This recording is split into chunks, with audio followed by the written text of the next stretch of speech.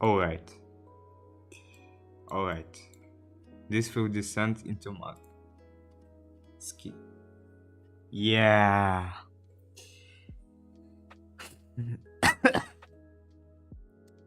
Yeah. No. I forgot to change the stream latency.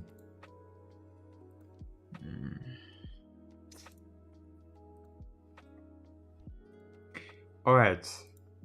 Hello everyone. Today we're reading the full Sly Cooper fanfiction comics made by Safe House Tales on stream with Rose. This will be a good one. Let me just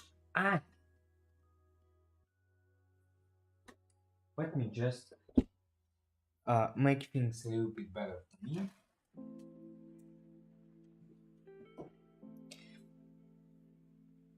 Alisa, лампочка.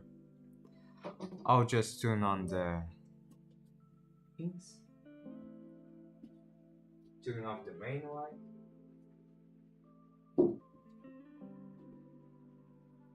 And we will be reading. Ouch. Ouch.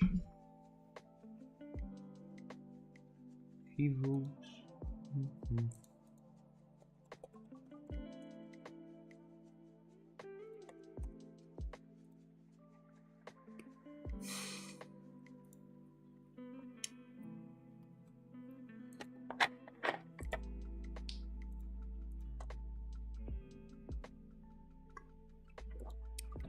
Okay. Now we're gonna wait a little bit for the viewers to come and we'll start reading. We'll see who will descend into madness faster, me or fuck. I have German clips opened.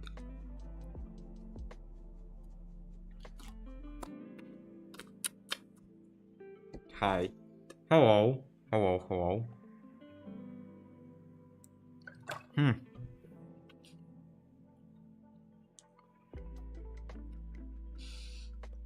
Hey.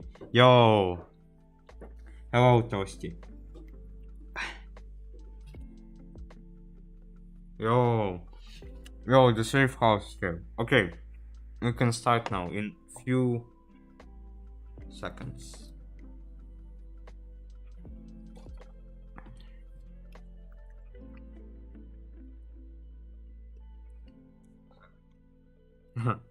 Oh yeah, long ago. Okay, that's fine. Yeah. How do you hear me? Let me hear myself.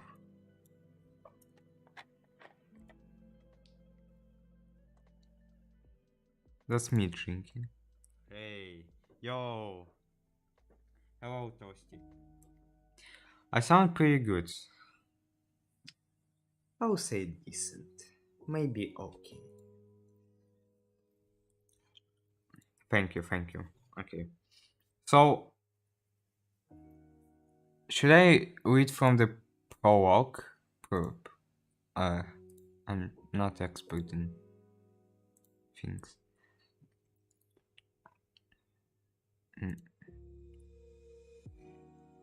On my way. Stuff. This is how it will be.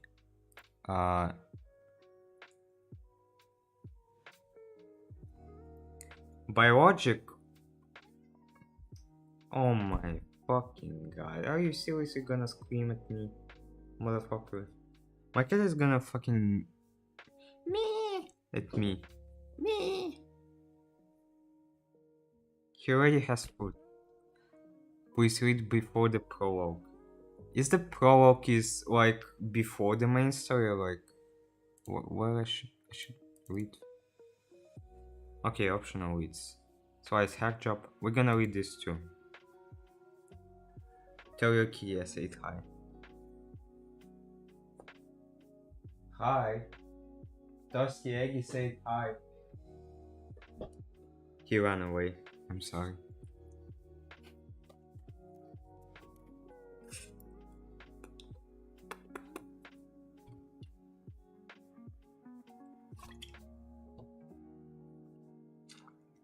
Oh. Okay. Safe house. Safe house. Tails. Are you there? Because I'm not sure where I should start from. Should I start from the chapter 1 or like prelude? Or please read before prologue? Go first before reading the main story. Okay. Please read before prologue. I'm gonna read it.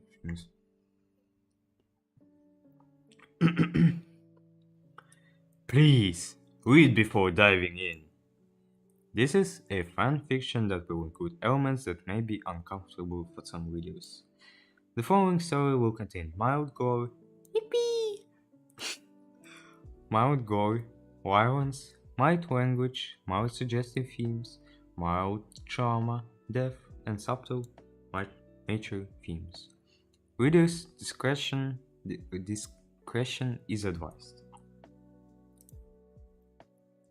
Alright. Prologue. Let's go! Yo, where's it going? Prologue. So I say Fox, that's the warning. Yeah. Sure. His legacy will continue.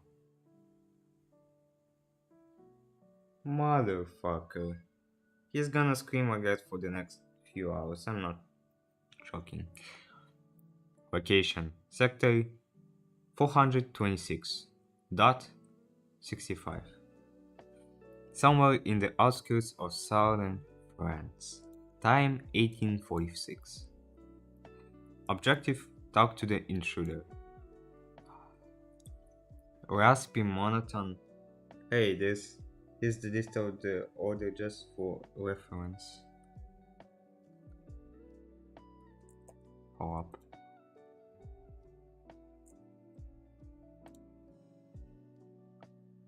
Hold up. Wait. Where is it? My scene? Okay, I'll wait for a little bit. I can wait.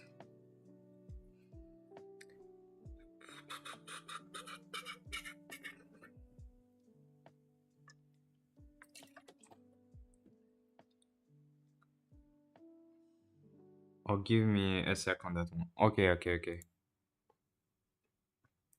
What does the raspy?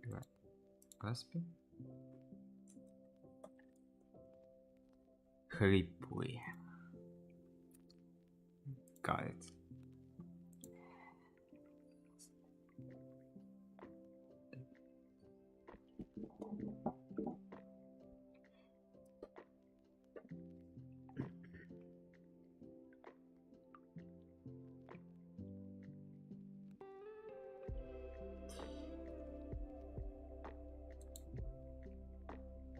I'm hooked up on Germa like lately. I don't know how Germa is real. Like he feels like he doesn't feel like a normal human being. You know what I'm saying? Like in just no way he just okay. Prologue, Chapter 1, Chapter 2, Chapter 3, Interlude 1, Chapter 4, Prelude 1, Chapter 5, Part 1. Alright. So, things are great.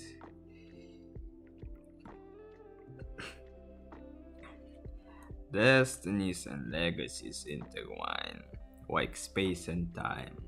One cannot survive without the other, said the raspy, monotone robotic voice.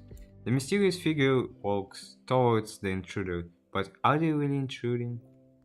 The mysterious figure rarely bats an eye, for they were expecting the intruder to come at this time. The masked figure was very well disguised, being sure to obscure anything that could compromise their identity. Later being able to make out being man or woman, that's not the main reason. The mask would be compared to a tarnished brown and black gas mask with orange hues. Their suit looked like a form-fitting hazmat suit that matched the mask's color as well, wearing a worn red scarf around their neck. The whole outfit looked suit yet protective. You seem scared of me, but you shouldn't, they said with a small chuckle. Though I'm happy you've been stumbled here. We're in grave danger, and only one person can save us. The repetitive breathing from the mysterious figure grew louder as they leaned closer to the intruder.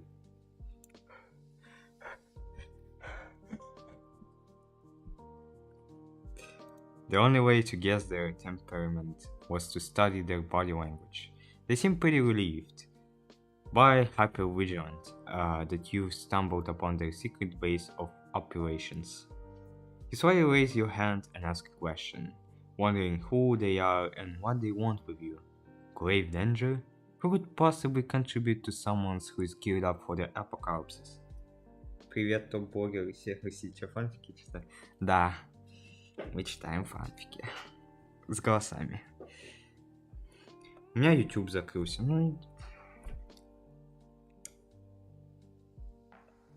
Клипы Джермы. Круто, и что мне с этим делать? У меня чат закрылся. Сейчас, секунду. One second. I can't reveal my identity to you just yet, they replied sternly. But you may call me the Traveler for the time being. Даешь 18 плюс фанфики, чтоб можно было на... Точно. Но тут будет немножечко вроде. Остренько. The world, and not only yours, is in danger. There's only one person who I can call. So the stream title New York is... Alright, tune in. This will be an interesting one. There's only one person who I can call on, but he's nowhere to be found. I tried everything to locate him and all was lost. Until I found more devastating atrocities that have happened since the disappearance of the Master Thief. That's the prologue. Prologue. Alright, the chapter 1. Yeah, chapter 1. Chapter 1. The Seed. Location: Interpol Base, Paris, France, Carmelia's office. Time: 22:02, I guess. Objective: leave the office before Barkley orders you out. The sound of the soft trickling raindrops gradually grew heavier. The tapping sound was enough to think of several little tap dancers parading outside of the base. Inside the office was a fatigued Inspector Fox, sitting at her desk, writing a few case notes as she sips her coffee. She diligently jots a few sentences down, grabs the cup for an aromatic sniff and sips. The motion continues slowly. Write, sniff and sip. Write, sniff and sip. When it came down to the final sip, she was met with a tiny drop that settled on the tip of her tongue. Carmela looked at the inside of the cup, sighs, and sets it down. With a swift nudge of the cup, she unknowingly on accident knocks out a photo frame. Before it makes contact with the shiny mahogany floor, the wall of beauty quickly catches it. Phew! Calmly admitted to herself. That was close. Could have been the fourth plane within 2 months.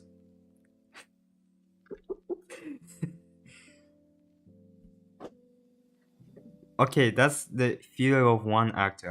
I'll read all those. That's why I will sound stupid. She looked at the photo and she smiled a bit. The picture contained Carmelita and Sawyer on their first official date since the events of Cane Island. They were both in they were both in Monaco, enjoying a sea. They were both in Monaco, enjoying the scenery and the beautiful waters of the province. Carmelita's hair was in a curly bun, wearing a yellow two-piece bathing suit adorned with a purple sarong for a cover-up. Sly was in his swim trunks, sporting a shirtless walk, and the two were hugged up together with the view of the ocean in the background. The sun was setting and it was clear from that romantic moment that they caught it at the right time. Two of the vixen's fingers caressed the lovely remembrance, gently stroking Sly's face. Falling shortly, tears slightly swelled her eyes. Carmelita sniffed a bit. No, no, no. Not now, Calm, she said as she slightly choked. How you make the sound of chocolate? I'm not.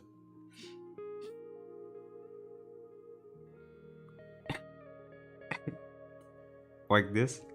The inspector resumed herself while swinging the tears back in her eyes, while gently swifting her head back. Crying isn't going to get me anywhere if I'm going to find my ringtail. I just wished I had something, she said, slamming her.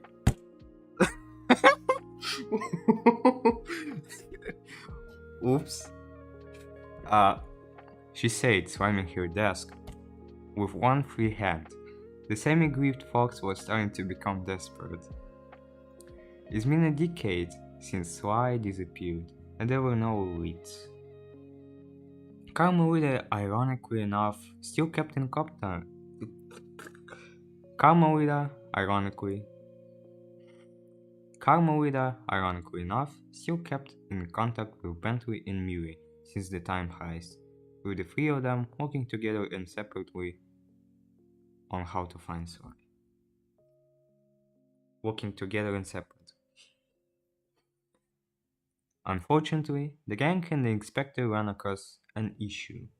The time machine was not functional anymore, yet the uses of going through several timelines have caused the machine to become obsolete. The Bentley has been attempting to fix the machine, but every test so far has come out to be a failure. The machine needed to be upgraded, but with every possible answer, it became an impossible project to conclude. Murray was keeping Bentley company here and there, while also having inside of his racing derby career here to help with some extra pocket change. The gang promised to inform Carmelita of everything involving the operation, but that instantly turned into Carmelita reaching out to them for updates. Then, those updates became stale after a couple years. Inspector Fox soon took a seat at her desk, grabbing a set of keys for her file cabinet. The jingling sound of metal makes a beat while she goes through each key of her choosing. After the sixth key, she came across a semi-rusted copper key. It had green speckles from the oxidization, and she went to the seventh drawer of the tall file cabinet. There, she opened the drawer to find a burning phone, and case files of the Cooper gang. The drawer was filled with files regarding them, which she kept secret for herself. As far as everyone in the world knows, the Cooper gang has been defunct, and yet only Carmelita in the gang know about Sly's disappearance. Before the inspector was able to view the files, she received a few swift, gentle knocks at her door before her. She gasps a bit, looking up at the door's window, yet unable to make out who it was since the blinds were up. Carmelita nervously, though calmly, puts the secret files and the burner phone in her little tan messenger bag. "Who is it?" the Vulpine says firmly, following with clearing her throat.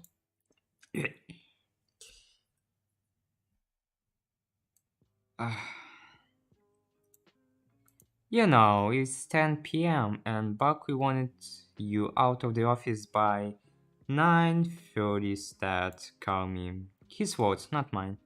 A teasing female voice replied back. "Is it okay for me to come in?" Inspector Fox was still gathering her stuff together, and eventually stuffs it all in the bag with anxious effort. "You can come in, Constable. I was wrapping up some case files from today's Captain meeting." Kill yourself, man. With that being said, the door opens, and the Constable Amelia,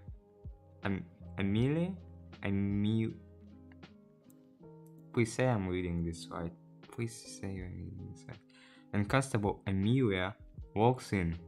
She's a light blue snow leopard with light purple hair, straight to the bone,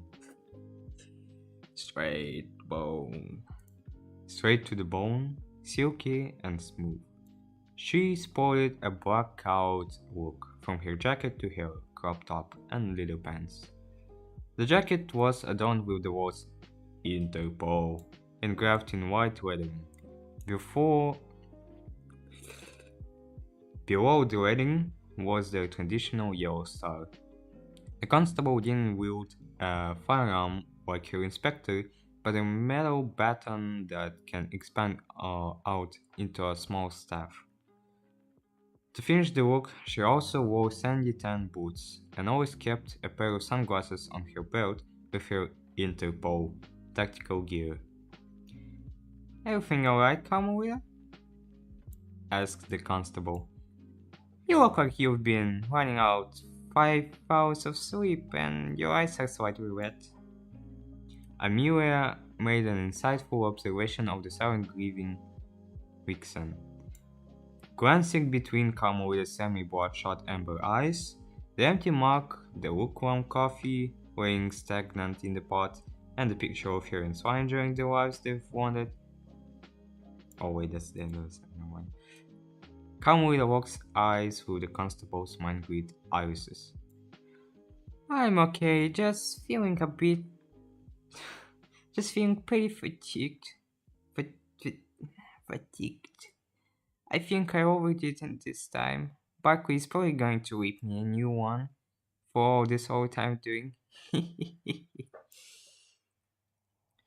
"You miss him, do you?" Amelia's...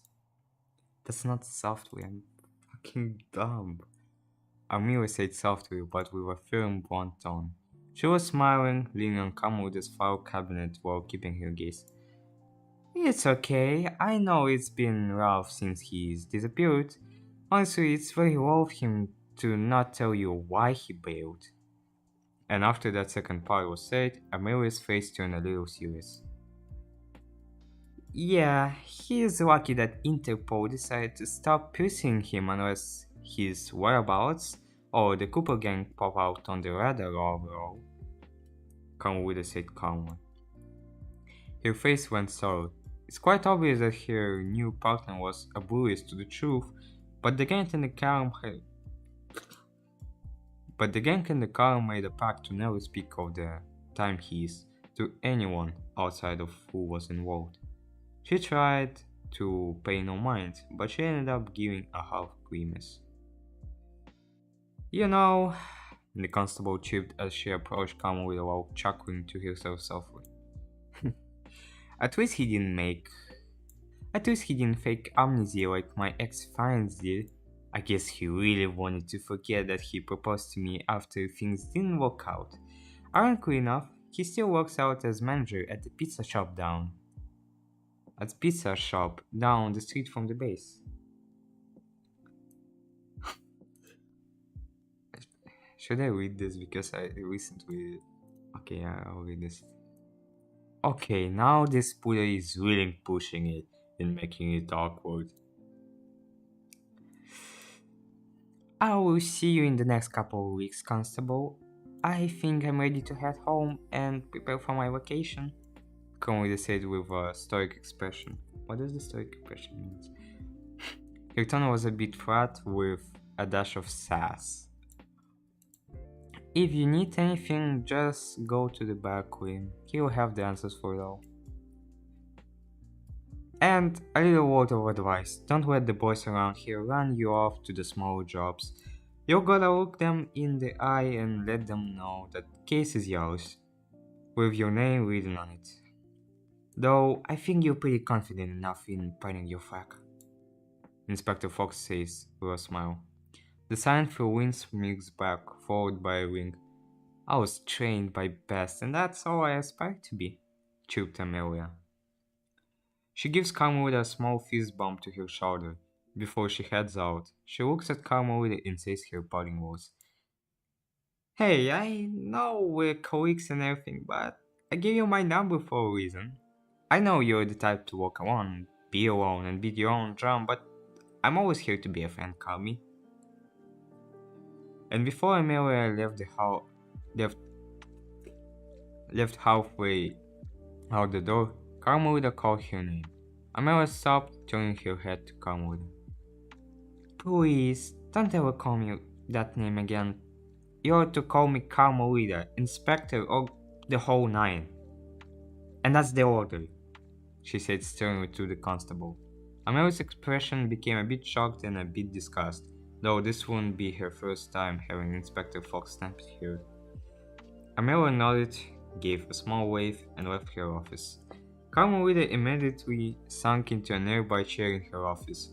She started tearing up, letting the sorrowful weeps escape from her lips.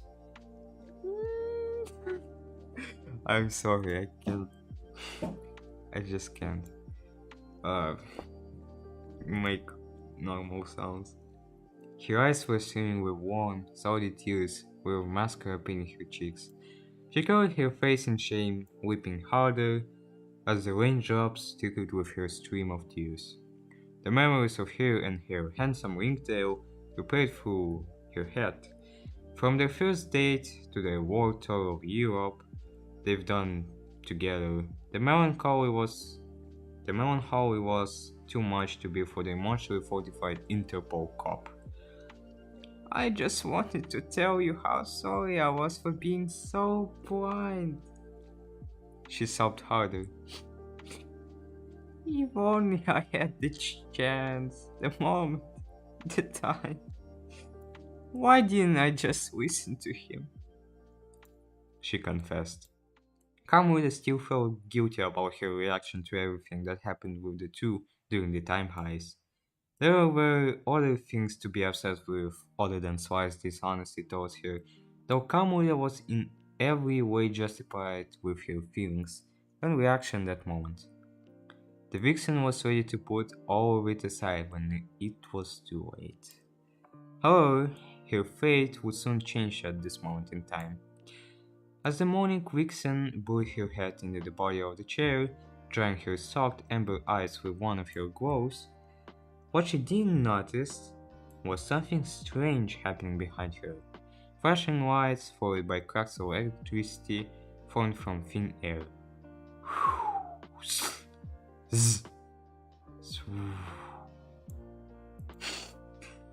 Then a tear leading into an enigmatic unknown appears.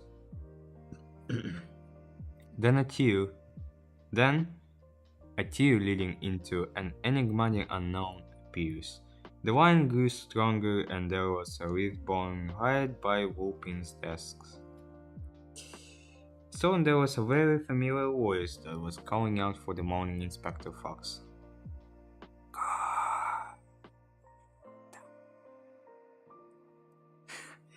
Echoed the voice. It sounded smooth, like a blue velvet sweater, yet distorted by the portal it was coming from. The vixen calmed her crying and walked up slowly, gazing into the reflection from her office window where she sat close to. The rain was slowing down and as the lift grew a little stronger, stuff from her desk started shaking softly in place. What? What the hell is that? She belted from her throat. Carmelita jumped up, grabbed her shock pistol that was nearby the end table, housing the lukewarm coffee. Every object was shaking and slowly gravitating towards the broken leaf that was apparently calling her name.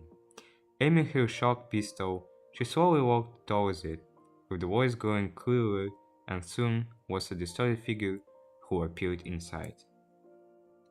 Carmelita, I'm here to help you.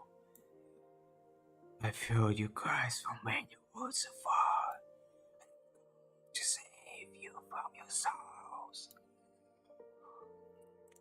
Her face soon dropped from a hyper-vigilant expression to seldom and on guard. There's only one person with that velvet voice she knew. Sly? The semi-relieved fox figure cleared from her lips, with her voice cracking as she tripped his name. From there, a hand soon reached. From there, a hand soon reached over her desk with the arm of the mystery man covered by a long brass sleeve. His hand was covered with a glove. Fuck, I forgot to turn off the Wi-Fi.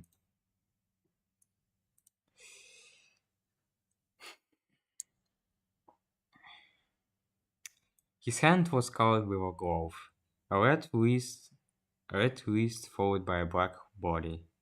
His arm appeared to be glitching in and out, as if he was part ghost. The figure spoke again, with this time the root growing more unstable.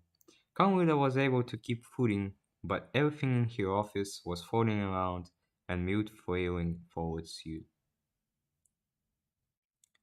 I don't have much time, Carmelita. I need you to take this gift and use it to come find me. All you have to do is to turn on the power and let it do the rest, he said, undoing the ball from his fist and dropping a watch from her desk. On her desk. Please, Carmelita. This is the only way you can find me. I'll explain everything. And confused and shell-shocked, Carmelita dropped her pistol and started running towards the now closing lift. The man's face was slyly revealed, with brown eyes and gray snout appearing. Sly! Please tell me it's you! Sly! She cried out to what could be her potential time displaced hour. Carmelita's tears swelled again, and the man soon grabbed her hand softly. He winced a little in pain, as this was the same arm that was affected by ghost-like powers it had. With little time the two had left together, he swiftly gives a tender, loving kiss onto the back of her bare hand. Carmy, please use the watch. I have to go now, and it's for your protection as well. And just like that, the portal closes. Everything that was flying around fell onto the ground, with the cold coffee pot making its fall to the wood floor. A distraught, confused Inspector Fox looked up to see that he was gone. He sounds like Sly and definitely had his beautiful brown eyes. Slowly, she stood up and gazed upon the watch he was talking about. The watch was silver and appeared to be made from strong metals, something that seemed like it was out of this world.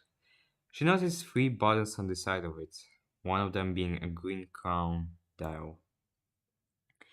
She was being cautious with this gift, but her curiosity piqued. Carmelita turned the watch on and the solar boots up. A whirring electrical sound commences as the screen turns bright with the letters MTI showing up.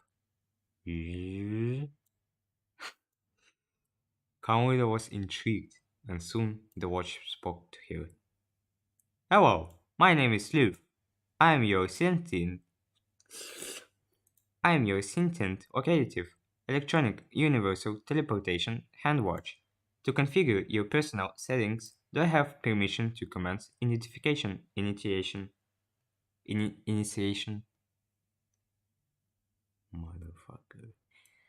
Kamala was initially creeped out by the speaking device, but slowly continued the process. Uh, yes, she replied meekly. Excellent.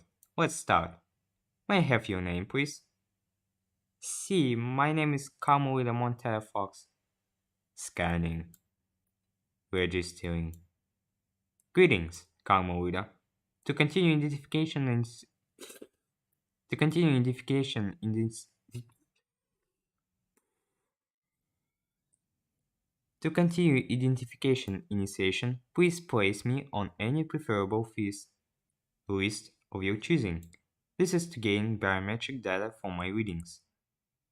Still being cautious, yet curious to turn her judgment, Carmelita complies with Slew's request. Stepping her Stepping the small device onto her left wrist, the watch spoke once more. Thank you, Carmelita. I'm programmed to take you to any destination as you please. Input the coordinates to any route you desire, and I will transport you there safely. Well, can you take me to where that guy was? The guy who randomly came and left you behind? You're planned with some sort of gift, right? I am programmed to take you anywhere in the universe of worlds, places similar to your world, but thousands of scenarios and lifetimes that exist. In my program, I have one universe that I can take you to. All you have to do is input the coordinates and I'll do the rest. Wait, so if I use these coordinates, I should be able to find Sly, right? Howdy. Oh, hey there, but, hi there.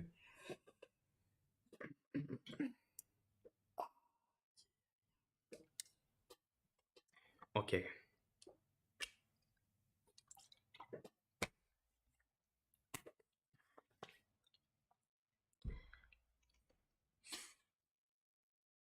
okay, I'm continuing reading. I am unable to process that question, for my main purpose is to teleport my user to their desired universe. Would you like to proceed with universal teleportation, Carmelita? Carmelita was faced with a thought discernment. Oh wait, that's all. Chapter 1. Alright, let's check. Mm-hmm. Mm-hmm. Good. Wait, where is it? Oh, okay, find it. I found it. Hee hee. Chapter Chapter 2. Reunion. Reunion? Location. I heard it's Sant or like Saint Ponderton's Academy, Melbourne, Australia. Science classroom. Time 14:45. Objective.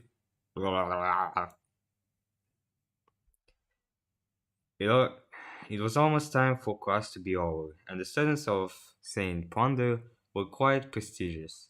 But then again, they were still te- teenagers. Sounding good so far. Thank you. With a few,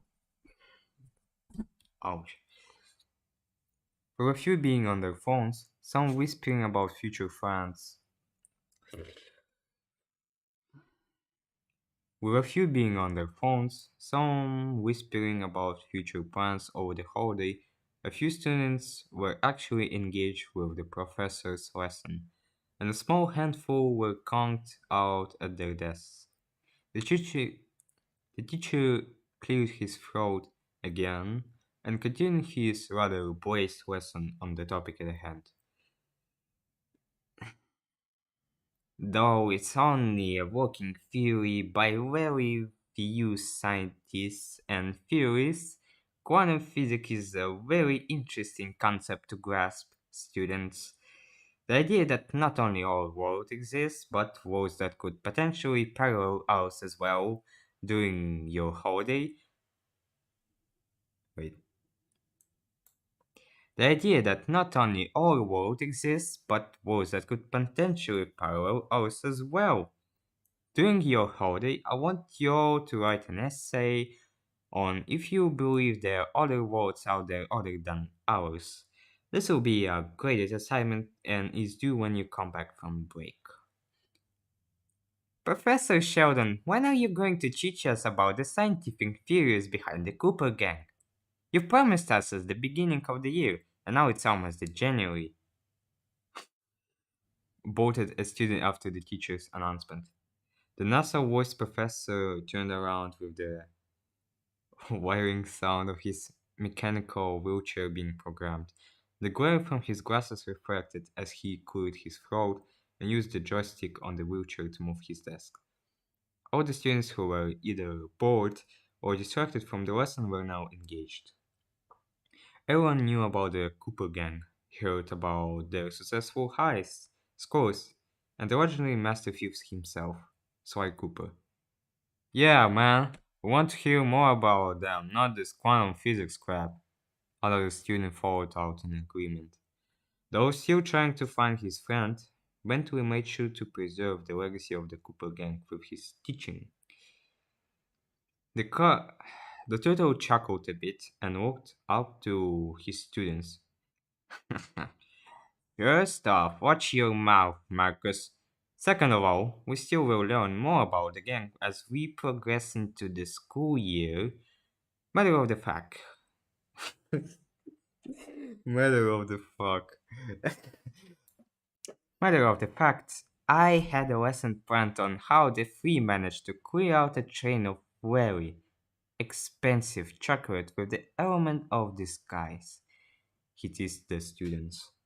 And all of them started chattering in excitement.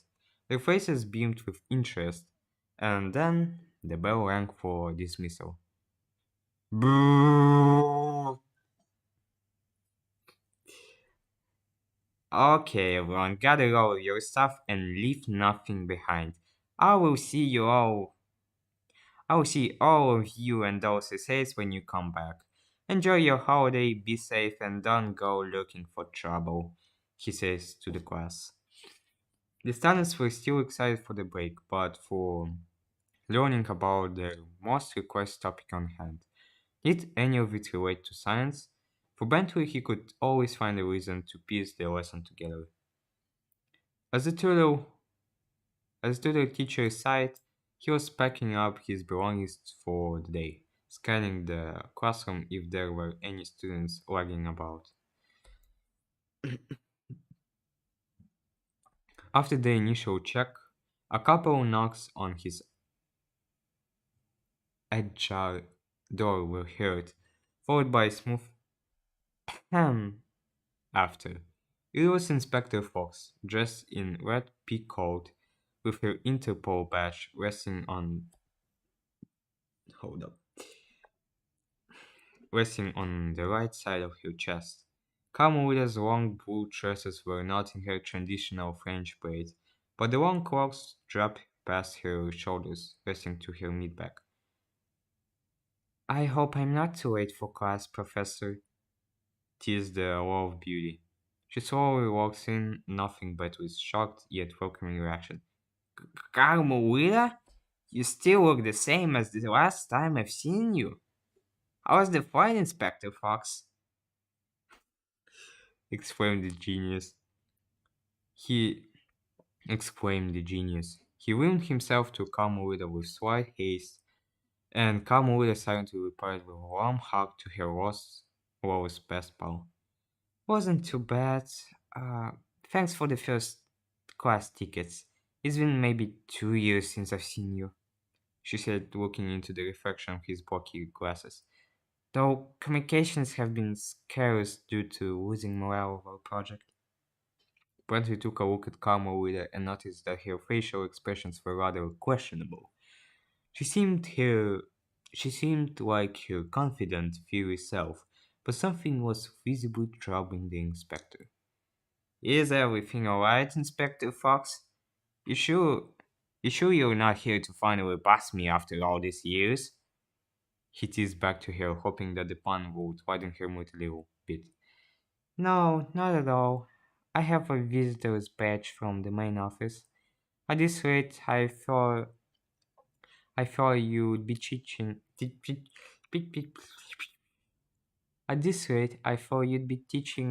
college students by now, she replied. Carmelita nodded while Bentley looked happy to see her. He seemed rather fatigued. Or maybe it's because time has passed and everyone has gotten a little older. As the two were catching up with one another about their lives, the two soon head to Bentley's house. She mentioned to him as they're heading there, that the topic was highly sensitive for public ears. The genius had decided to phone his hippo friend who happened to be in town from winning the Grand Prix. Mary was very delighted to see Carmelita for this reunion felt rather needed. Hugs were once Hugs were given once, twice, and thrice. Bentley ordered a Chinese takeout while Murray ordered his hot dogs and burgers. As for the rather nervous inspector, she opted out on food. Damn, I kinda want noodles right now. I'm gonna lie. So, I have something to tell you both, and it's serious news, she said, throwing Will aside. A couple days ago, something weird happened. Knowing you, Bentley, I think you will have the answers to this. Everyone was sitting at the table in Bentley's basement. Carmelita's lips quivered with the turtle and the hippo, growing more curious for what she has left to say. Before she continued, she placed the sleuth device in the middle of the table. Bentley adjusted his glasses, while Murray labored breathing grew quiet. While Murray's labored breathing grew quiet. Someone opened the portal and gave me this watch at my office, and you won't believe who it was, or possibly was, he said, glancing back and forth between the two guys. You can call me crazy, but it, it was Sly. He told me that I needed to use the watch to come find him, that he didn't have enough time to explain everything that was going on. When his name was spoken, both Bentley and Millie's expressions stood at attention. After a decade in passing, could this possibly be happening? The determined inspector continued his story. He called me Carmi. He sounded just like Sly, except he looked different, and his arm. It looked like it was fading in and out.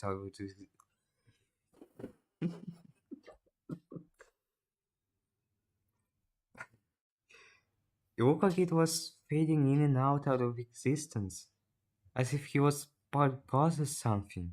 And Bentley, I wouldn't have taken the next available flight to Sydney to tell you bull about this. Bentley looked caution of Carmelita's words, and the watch she brought upon the door. With the genius looking at the unknown tech, he became highly intrigued. What did the suit look like, Carmelita? That ain't Bentley's voice. It was twinkling lights, almost as if you were looking into bright space. Galaxy-like, I guess. Interesting. This looks like a watch that's capable of teleportation using quantum energy. I don't want to turn it on right here, so let's head down to my lab and analyze this baby. Bentley led the duo down to his secret lab he built under his base. Under his house. And with it being under his basement. Could you really blame Professor B for being so cautious nowadays? Going down the elevator shaft, the trio were soon met with the genius's entire techno catalog of every invention, prototype, and blueprint that he has curated during his lifetime. Computers covered the area along with a testing station for new inventions that he may come up with on a whim. Of course, he proudly displays on the wall all the gang's accomplishments during the prime run in the game, including a banner of the prototype logo that the boys made in their high school art class during senior year. Though it was Millie's ideas and art skills that gave boys a lovely A minus, much to Bentley, much to Bentley's charging, ch- much to Bentley's chagrin. In the distance, the obsolete time machine still stood in place. Bentley tried for years to revive it, only to fall from the overuse of the time heist. It could potentially be the key to saving their dear friend, but hope was slowly falling over time as the turtle kept coming to failures and malfunctions. In case he did get something going, Bentley lent Carmelita a dark blue burner phone to keep in contact just in case he made a breakthrough. Instead, Carmelita was the one calling Bentley about some weird world sharing operation of Sly. Oh, that's who she thinks it is. Hold up. Bentley turned the watch on, examining the MIT logo pop up on the bright screen. The watch, wearing gears, gently peered into his palm, and the device was up and running. The mirror's eyes grew big, numbing on his broad thrust, so as the eager Inspector Fox watched every move that the turtle made. Bentley placed the watch in a metallic container and turned the machine on. Green lights formed from the machine's laser, functioning as a scanner of some sort. Right now, I'm scanning the device to confirm that it's indeed made with quantum energy. My energy scanner going to take a while, so let's get comfortable and discuss a game plan about this, he said while moving himself away from the apparatus. If Carmelita's information is correct, I don't want to take any risk of something made for teleportation to screw any of us over. And if it was really Sly that came through that rift, we need to go together as a group and investigate this. Quantum energy, from what I've read, is not a source to play with, or as my students would say, it's not for play. Uh, who is it? Bentley, do you really think that watch is capable of taking somebody to different worlds? You know, it would be very awesome to go to a world made of food. Yet the whole quantum physics hoo-ha sounds like what was that word for fake science? Miri chimed in for a moment. Carmelita gave a small chuckle from Miri's comment, and Betty was a bit annoyed with Miri's fucking seriousness. It's pseudoscience, pal. And yes, with how technology has been advancing over the years, I wouldn't be surprised if someone decided to take time to do that. By the way, what? Павел, ты застал меня в самое ненужное время, потому что я обещал, что я буду читать фанфик. По голосам. Окей, hold up on a minute.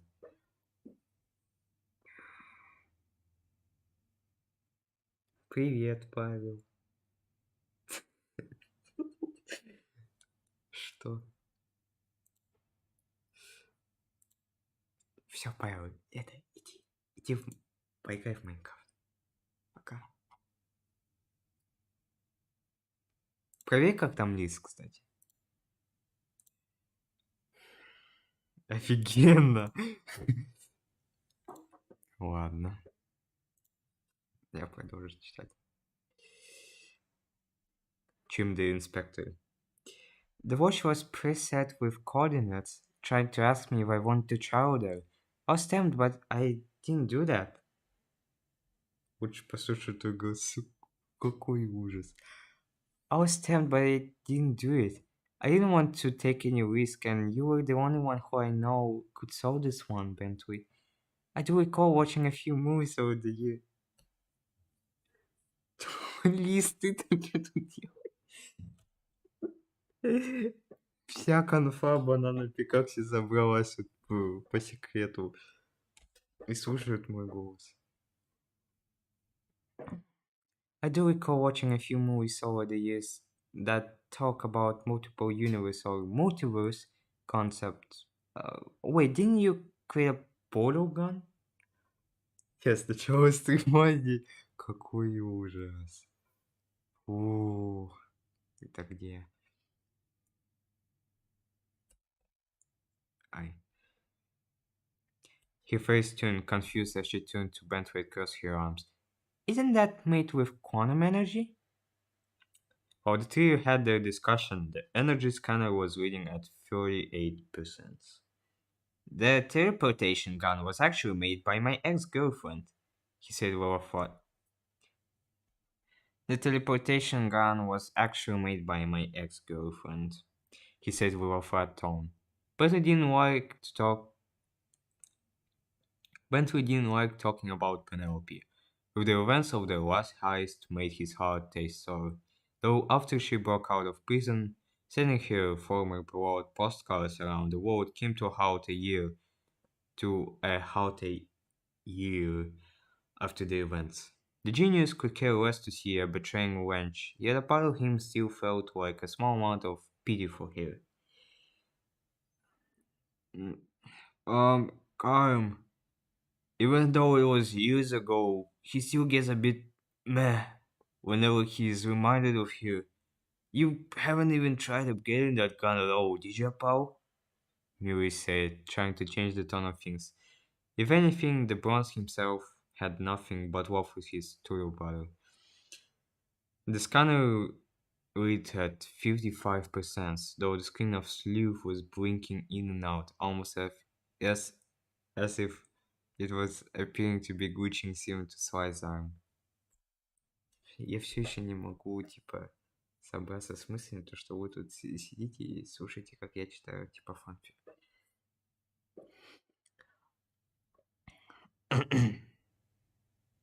Так, кто это? The gun is powered by a blue crystal that was rumored to date back from ancient Egypt. Apparently, it had the capability of translocating the user or multiple people to one location. She stole it from a museum in Stuttgart, but I didn't believe it had enough power until she tested it out. But I didn't believe it had the power until she tested it out for us to go on vacation in the Maldives. He replied back to explain. The game was originally the Moon game. Moon Gym. Moon game. For it was originally believed to turn the user invisible. That was weird. The scanner is now 80% complete, with Sleuth still doing the supposed glitching. The screen instantly on the watch turns red, blinking the words Error. Unable to execute identification. Error. Blurted the watch from the scanner. Unable to identify the user. Error. Unable to identify the user. Unable to unable to identify user. Error. Unable to identify sector and coordinates. And this immediately grabbed the trio's attention. Carmelita jumped up, Bentley turning his chair swiftly with a fast motion on the joystick, and Mary stood up and looked straight at the watch as it was fading in and out in a glitchy state. Carmelita, is that normal for your watch to do that? Mary questioned in concern. He saw her back towards where Bentley's defunct time machine was. Carmelita was surprised, thrown off of that this was the first time the watch has ever said this, though she would never ever know. though she would never know, since she powered it down from the first night she received it. Wait, error? Slew, I'm here. You just need to get. Why am I speaking to a watch like it's a person? And of course, this is.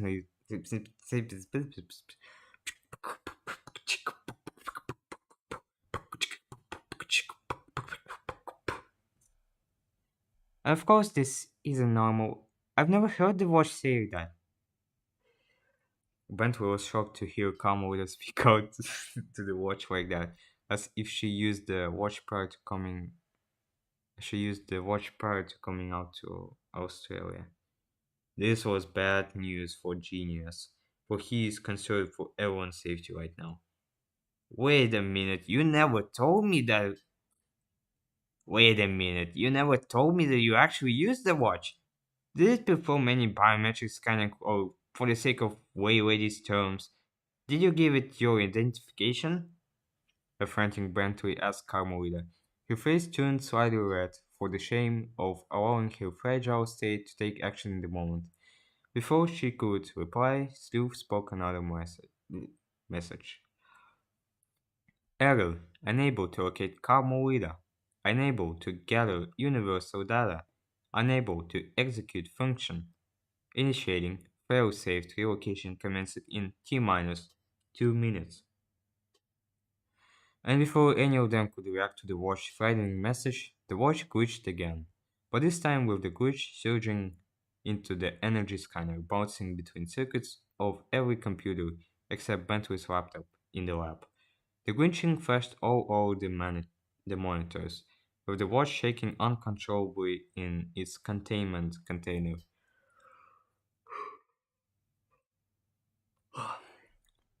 The ground was slowly shaking, and only grew aggressively as the shaking progressed. Huh? Everyone gave wild screams as they felt the earth beneath them tremble. Ah, okay, hold up for a minute. I need to. I am in my glasses right now.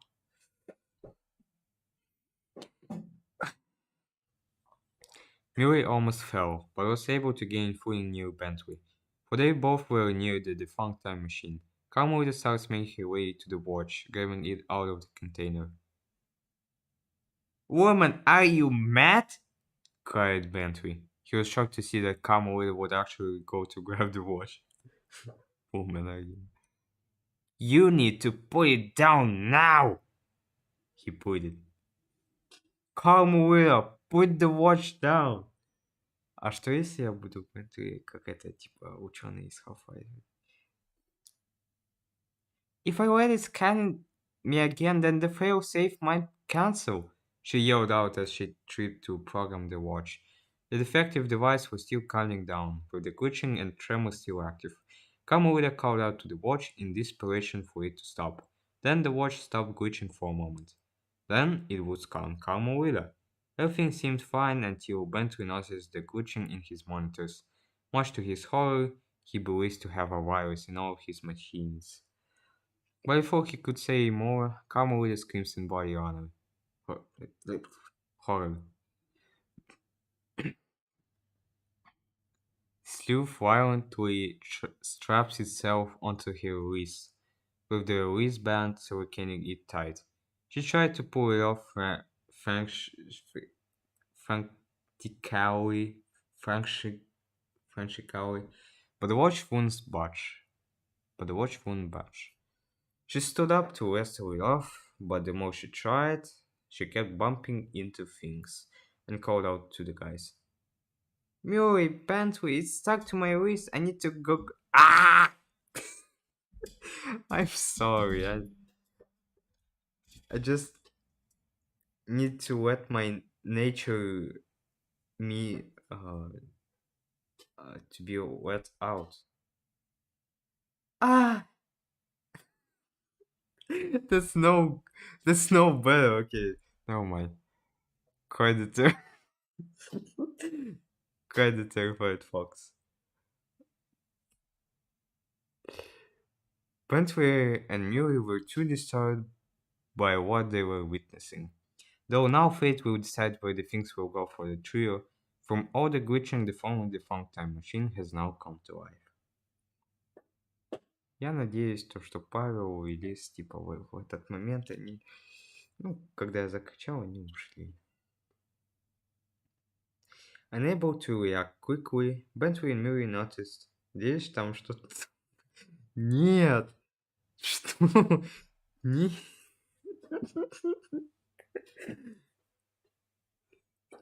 Нет. Там, типа, расчлененка немного. Shortly after, Carmelita began to glitch in and out of existence, just like her watch.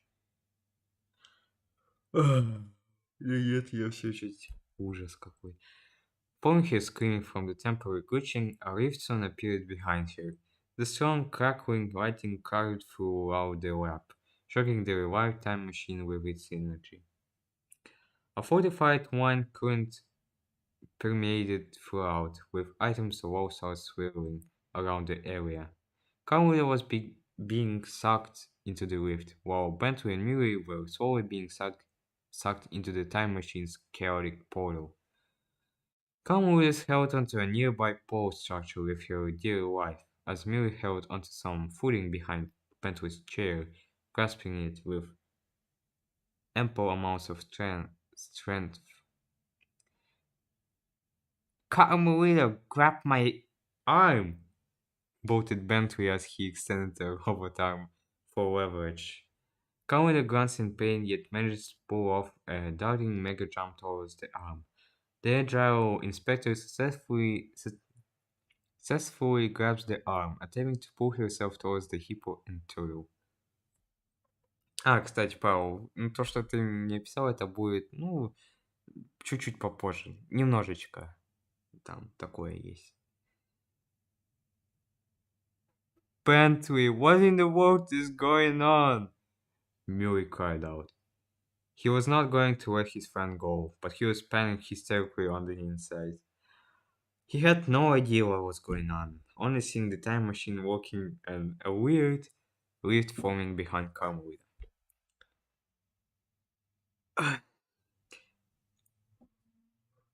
Hello? I'm not letting my pals go at all. We need to stick together. Okay, YouTube kids. Да. Destiny says otherwise, Murray. That was banter. The reaction from the watch glitching and fail safe caused a viral reaction to my technology. With that, the spark from the rift also reactivated the time machine. And now both what appears to be space and time reacting at unstable frequency. But Bentley, I can't hold on for too long. The force is getting stronger, cried the mortified Inspector Force. Ooh. Tears were falling harshly as she kept holding onto the arm, but the sound of snapping metal was present. That was not sound of the metal. That was not sound of the metal. Never mind. And she noticed that the arms were breaking slowly. Everyone grew desperate, with the arm Carmelita clutching onto was soon to be amputated by the violent rift winds. Bentley looked up, watching Carmelita's frightened expression. Murray grinding harder to keep his strength. Behind the two, the teleportation gun was sucked into the time machine, and blotches of the portal appearance formed slowly. Carmelita, you can make it. Just hold on a little longer. We're not gonna lose you, cried Murray, a few tears falling from his eyes as well, trying to walk forward towards Carmelita. Shh! Before he could even reach out with his other arm, all the tentacle arms snapped off, and the three were violently sucked into the portal. One went into unknown space, and the door lost in time. Mew! Mew! Carmelita shrieked, with the cry fading and becoming distorted as the vixen was put into the lift. No, Carmelita, no! The soldiers cried together. Brentway and Murray were also put in the... Что мне за уведомление пришло?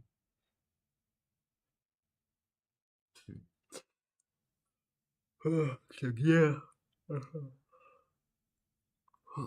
Ben and Miri were also put into the chaotic time portal, venturing into unknown location in the timeline. The tremors and stabbing gales came to a halt, with all the appliances... Там... Нет. Потерпи, господи. Павел. Добавил. The tremors and stabbing gales came to a halt, with all the appliances shutting down from viral surge. The rift was closing slowly, with the time machine still being the only active apparatus in the entire lab. The journey has only begun from here. It's almost 3 a.m. Okay, a little break.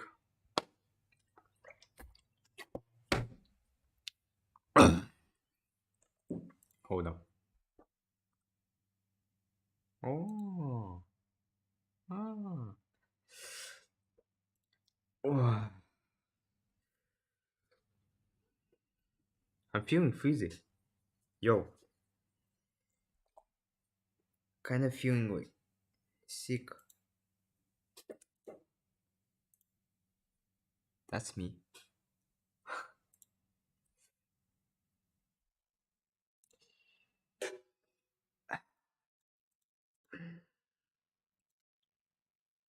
Chapter 3. The King of the Island.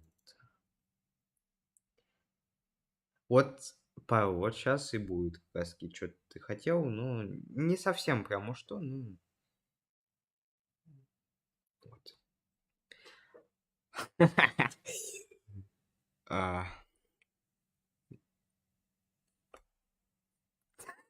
А чё ты угакаешь? Нет, сам типа винит меня то, что я типа фури. А сам типа такой: "Ура, ура!" Ну ладно, друг. Chapter 3. King of the Island. Location: Sector 666.99. Cane Islands Beach. Time. Objective: regroup with Bentley and Yui. 20...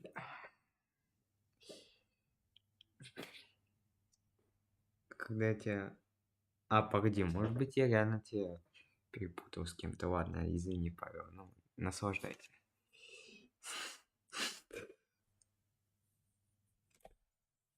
Наслаждайся, Павел.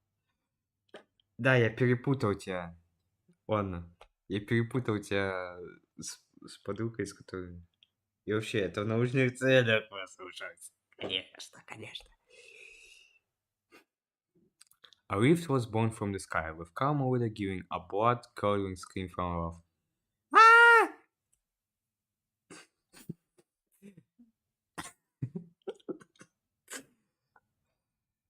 The terrified fox's body cushioned her fall, being caught by the grainy sands.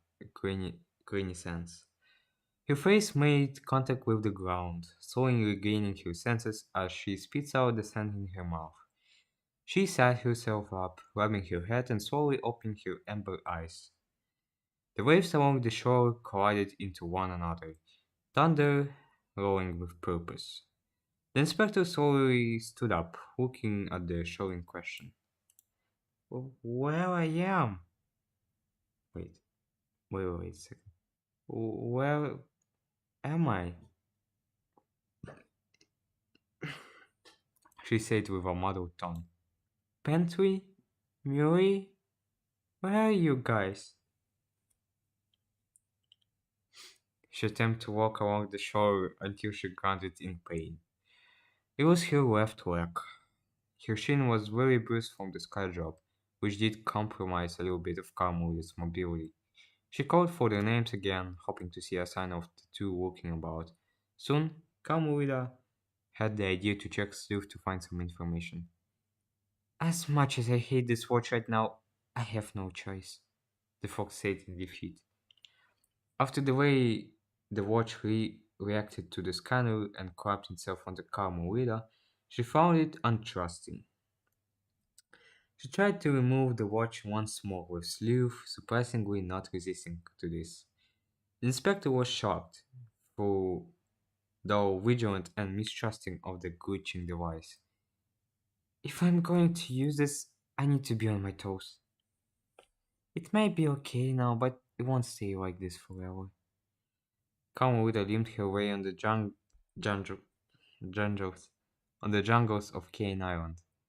The high tropical trees obscured a variety of horizon, with bushes thicker than wool. The vixen looked very displeased having to go through the thick jungle, for she didn't have a long blade of swords to aid with the thicket walls. However, the inspector made do and proceeded on forward, wincing in pain as she kept walking. Carmelita spoke to the watch. Sleuth, where I am currently? You are currently in universe 666.999. Wait. You are currently in universe 666.99. Current location, Kane Island. What the? Holy sh... She called herself from using profanity, but there was nobody there to scold her for it. Unless Sleuth has some words for the fox colorful language. Carmelita was in total disbelief that she ended up teleporting to the tropic island. The place where she and Sly finally sealed the deal, and whatnot. As she ventured further into the deep, moist jungle, she was able to make out where Cooper World would be, but a huge difference would catch her eye without about this view. Can you also tell me what universe I came from, Steve? Asked the fox. She thought about asking the device to see if she could attempt to backtrack her footing. Who knows if the glitch watch will send her elsewhere afterwards. The device was doing some calculations, then spoke to the inspector. Your previous destination was Universe 235.11, also known as the Primeverse. There was something lurking in the shadows, watching Carmelita's every step as she would approach the unfathomable rendition of her legacy. Carmelita was very confused by the alternate for their universe. The Primeverse? There was no time to waste asking frivolous questions during this search. She was determined to discover why she was sent to this universe, finding her lost lover's pals, and maybe even find her lost lover after so many years of yearning for this return. The fox took up the fox took out a pair of binoculars she had on her. One thing about Carmel is that she will always stay prepared, no matter where she goes. The shot pistol will always stay on deck. With Carmelita finally being able to get a clear view of inner section of the island, she brings out the binoculars, adjusting them as she resets them onto her eyes. In her view, she was in Ave. The Cooper world looked very different. She never really saw what Bentley did with the world after that heist, but this was highly complex. He would be dumbfounded by this discovery. I, I can't believe it. The whole world is a fortress, though it doesn't seem like it's of Dr. M's influence, and didn't appear to be at all. The Cooper's the Cooper emblem was trapped throughout the mechanical structures that were. Oh wait, and didn't appear to be at all. The Cooper emblem was trapped throughout the mechanical structures that were being built by what appears to be raccoon robots, with each one having red eyes, a black hat, and black bodies with red accents. Each raccoon machine was armed with a metal cane which could be possibly used for combat. The door to the world was different as well, for the cane lock was removed, being replaced with a mechanical door that reads with retinal scanning. Shocked was an understatement to describe how the perturbed Vixen felt about these changes. Yet she still reminded herself that this is not her world. Ага-ага. Чё ты там? Ага-ага. So many questions yet to be answered. But the invisible...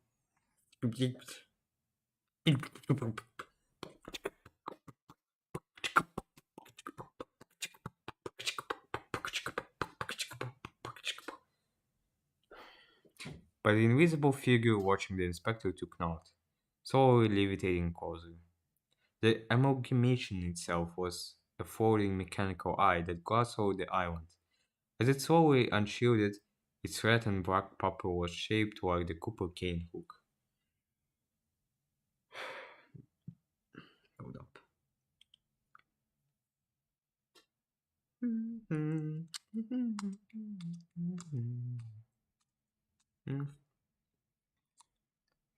I'm sure there is a reason for this. I hope, the vixen said, holding the binoculars, putting them away in her work jacket.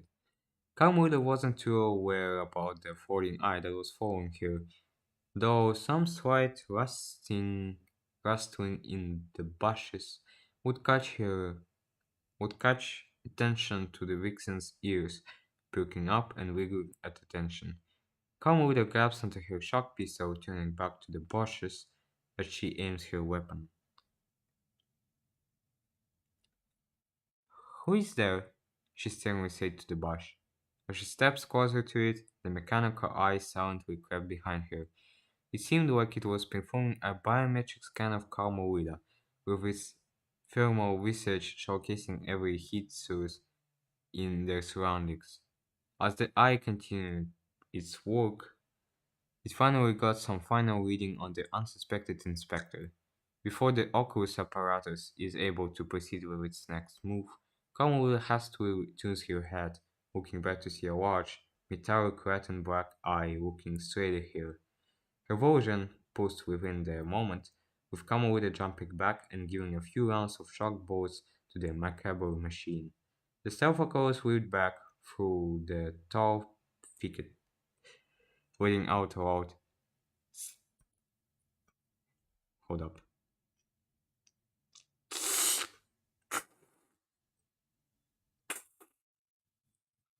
How the fuck I'm supposed to do? How the fuck is this? Fuck. No, that's okay.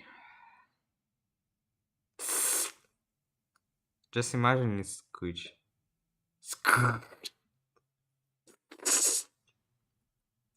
Never mind. In the vines. Carmelita respired quickly, started to dart through the unknown undergrowth. She kept panting, not being aware or concerned where she is running. At that very instant, Carmelita's bruised leg would give out, making her trip on the ground as the angry eye was now in pursuit for the injured vixen. Carmelita grunted in irritation, having a hard time with regaining her stamina and footing. She looks up to see the evil eye, but then a male voice called out to the eye, holding it to stop its future motions. Alright, that's enough, Oculus Sinister. We need the queen alive, not minced meat. She couldn't have gone too far, a female voice accompanied him. Pa, pa. Carmelita held her sharp pistol up, watching as the two shadowy figures walked towards her, with the eye holding to the male shadow's command. It stood still, giving Carmelita a menacing look, but remained obedient. The two figures who appeared before her were a male and female raccoon. She was perplexed once more, trying to uncover what in the world was going on in this universe. The male raccoon had a buff, athletic build, while the female raccoon had a curvaceous, athletic. Wait, I read this. Both were wearing black and red bodysuits that were adorned by hoods to cover their heads. The female raccoon had black, silky hair that was in a short bob, with a long bang that swooped over her right eye. The male raccoon had scruffed hair similar to Camel's ringtail.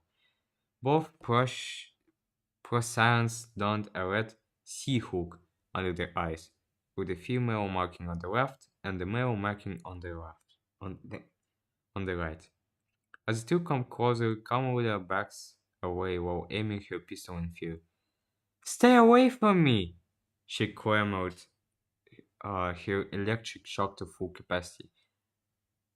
My queen, female Prasan said softly as the two of them kneeled before her in unison. We've been expecting you for quite some time.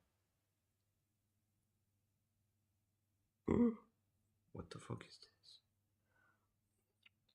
Confused, perplexed, and bewildered were understatements for how she felt at this moment. Kamuda gave an unscrewed face, cocking her mouth back a bit.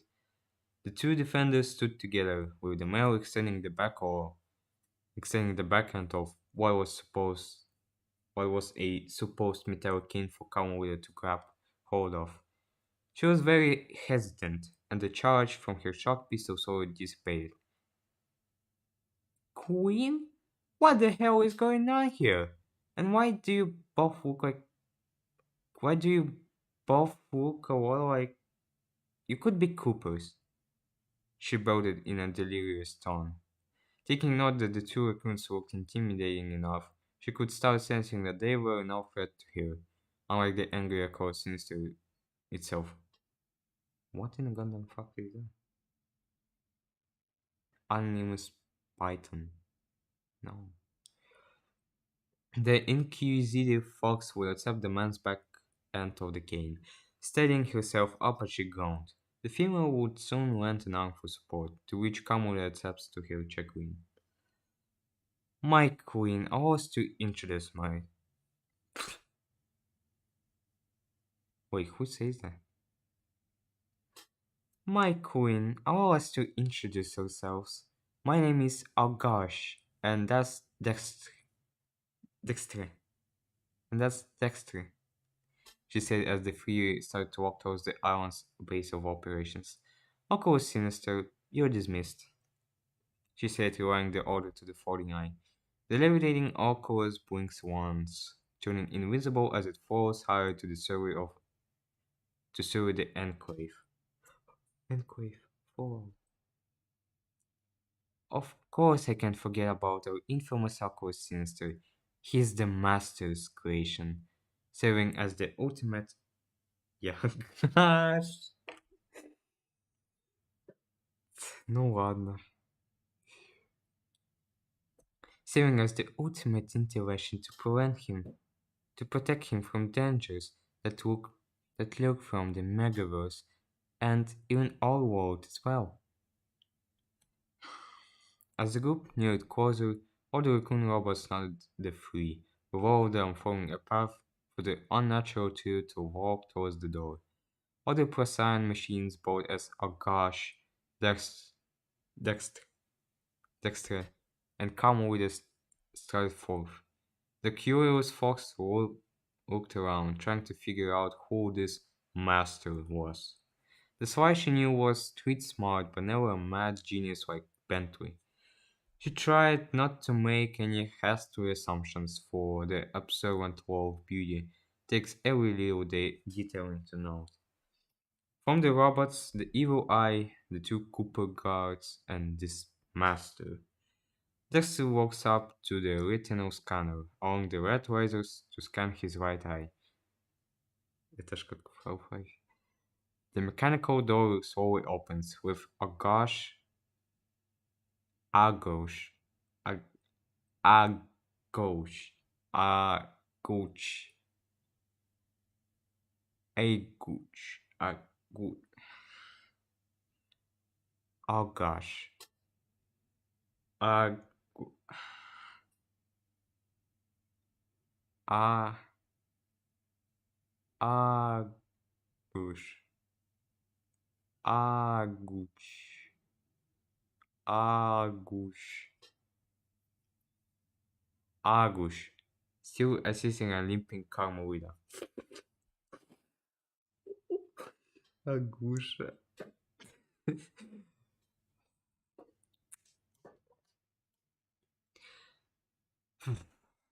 The inspector gave a semi-begrimed look to the left eye, Cooper. She groaned a bit from the pain. Is everything alright, my queen? And before Agash continued, calmly snapped at her. Can you please stop calling me that? Why are you calling me that? Carmelita. Oh, hold up. Carmelita. Master Sly has always referred to you as his queen. He dis- he's missed you greatly since you've both departed, and he's found a way to bring you here. Dexter said calmly. That wasn't calmly of me. He looks at his partners, who is rather unfazed by the fiery Vixen's attitude. Calmly looks at the right eye Cooper with solemn eyes. Masters, why? She thought to herself. The corridors of the world were integrate. Не звони мне больше.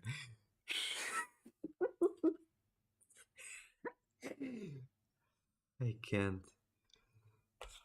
Oh.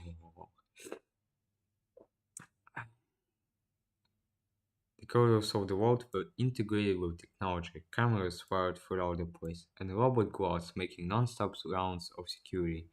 Conway didn't know to be scared, impressed, or afraid from looking at how he was able to achieve any of those unnatural goals. Carmel, are you okay? Dexter asked with genuine concern.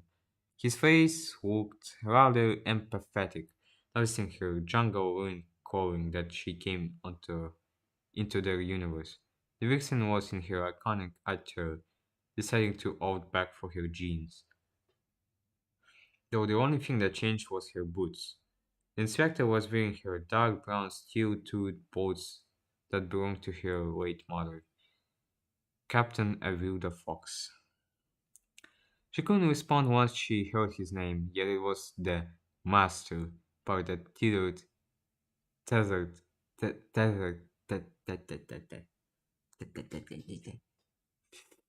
tethered her to reality. The two halted before they continued further into the Cooper world. He's here? Sly's here? She said as the fox removed herself from Agosh, Agush, Agosh's aid. She slowly walked to Dexter, giving him those eyes that only Sly could ever be charmed and intimidated by. He nods in affirmation, giving a soft mm-hmm as he gazes upon her emerald eyes. Uh, well, now that you mention it, I don't want to see him in these clothes. That jungle was no joke to explore, especially since it happened so long ago, she said with a drawn out sigh. Could this be her moment to finally reunite with her long time ridden lover? Or is this the moment where Carmelita's judgment has grown anemic? 8 of 23. Why? Why? The master bestowed left and right eye escorted her, the queen to a room where she could change from her suit Interpol regalia. Agoch, agu, ag- Agush, Agush, Agush, Agush, Agachi, Agosh, Agush, Agush, Agosh. Stayed with Carmelid as Dexter departed to inform their master of his lost queen's arrival. The hesitant yet excited inspector was given a black dress similar to the one she wore when here, and the ringtail shared their first tango in India. Except the dress except the dress had a bright red underbelly. She was also given black slippers to go along with the look, which she also accepts. Feels nice on her feet, since they've been feeling quite sore due to atypical universal travel. Agosh decided to help with the vixen's hair, which Carmelita was slowly beginning to warm up to. How would you like your hair to be for the master, Mike? I mean, Carmelita, I do apologize, I have offended you. Wait, I do apologize if I have offended you. You're fine, Agosh. I was just in disbelief about everything. And you can put it in a curly bun. For the queens. For the queen's curls, please. The vixen playfully teased the abashed left eye. Her reaction would fall a bit, blushing at the vixen's request. The left eye abided by the queen's orders and gave a faint chuckle. You're still as fiery as I remember you, my queen.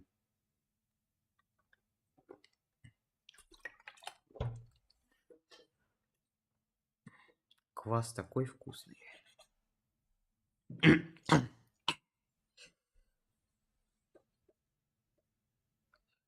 uh, my queen. The master would The master will always reminiscence about your nature to us. How you will how your will was like a spark of electricity, the very element that kept his hazy heart beating. He missed me that much? She queried quietly, trying to hold the tears back. Yes, my queen. The left eye continued as she carefully styled the vixen's royal blue tresses. He always dreamed of your return and that he finally found the perfect way to bring you two together again. All he ever talks about is how much he loves you, Queen Carmelita. He loves me? Whispered the, whispered the tearful fox. My queen, please don't cry. Sly is ready to see you. Сынок, как дела? Мам, как буковка это берет.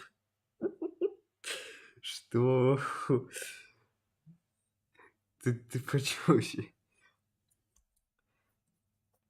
As Agash finishes the last loops to steady her blunt mane, she gives Carmelita a hand to escort her to the master's chamber, the inner sanctum of the Cooper vault.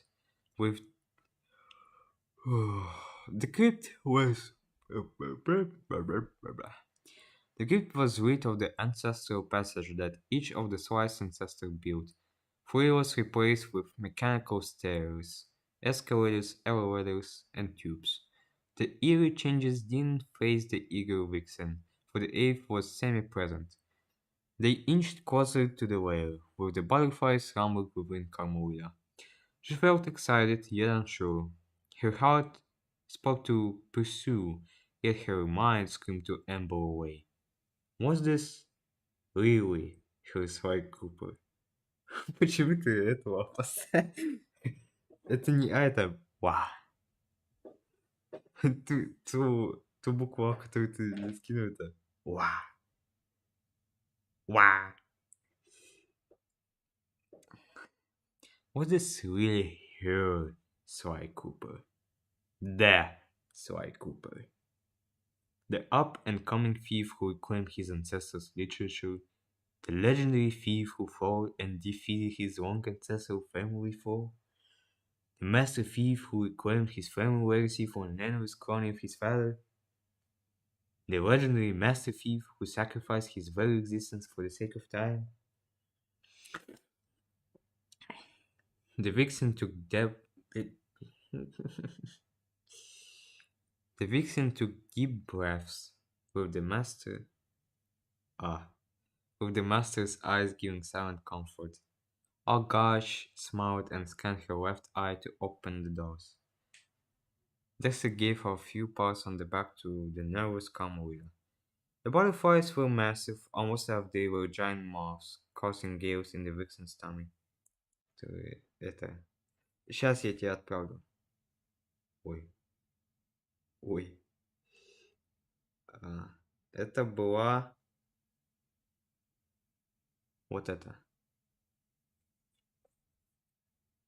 Туториал про это. Я. Ну, я понял, я понял. Чисто. Мгм.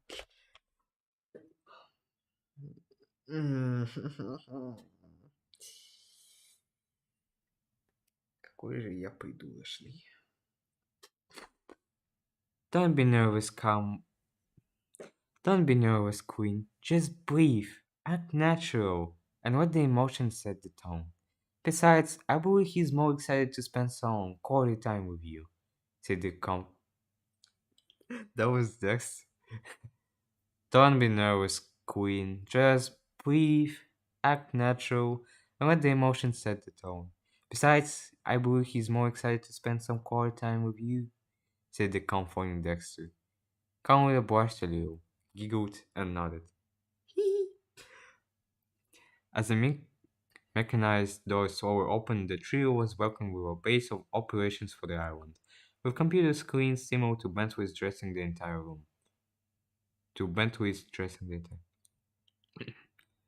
These were security cameras and what also appears to be a camera for Oculus Sinister as well. A little chair was in the middle of this security room, and an apparatus that had the same pattern of the lifts that Kamura keeps encountering. The vixen would then lay her eyes upon the mysterious robed figure she saw a few days ago, singing from what sounds like a song by Neil Diamond. Oh my god, what the Окей.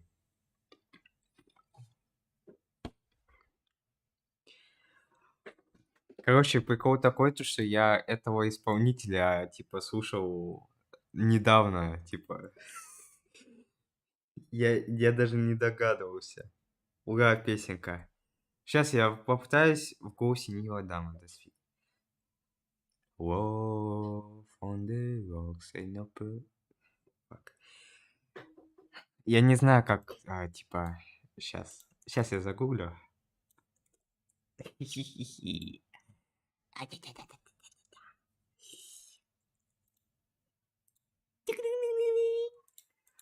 Сейчас.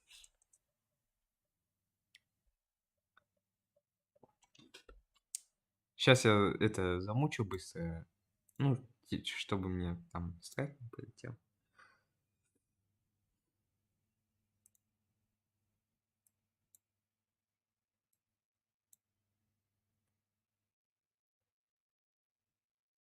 Ага,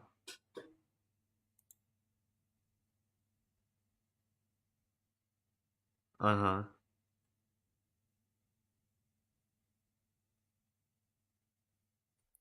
Не, ну Neil Diamond это база.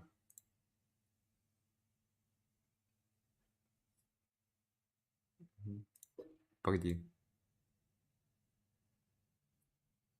Love on the rocks ain't no surprise. Just pour me a drink and I'll tell you some lies. Got nothing to lose, so just sing the blues all the time. As the astonished Vixen heard her favorite song, she continued the lyrics.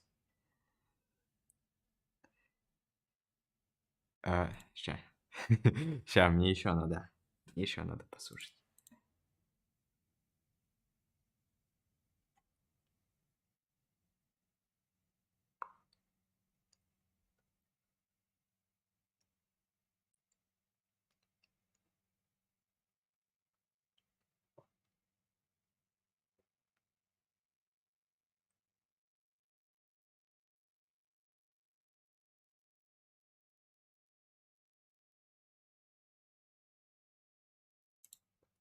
Окей. Gave you my heart, gave you my soul. You left me alone here with nothing to hold. Yesterday's gone, And all I want is a smile.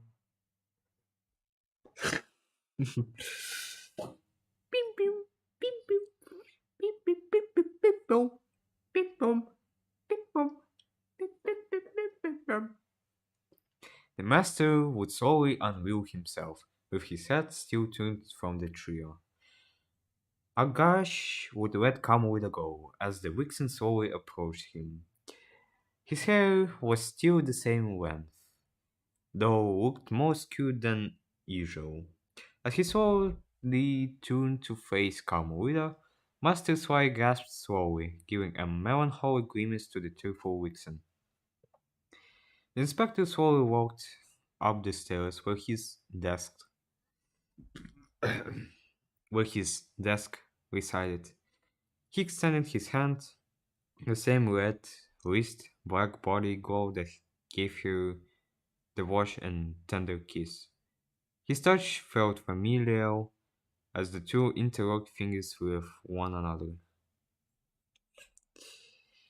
As the two came closer, he reached for her other hands with the ghost arm. Though it was tangible for the time being, they still locked fingers. His brown eyes matched with her amber ones, and their smiles grew stronger. I, I, Carmelita couldn't continue her words, as she was gently interrupted by his finger resting along her red lips.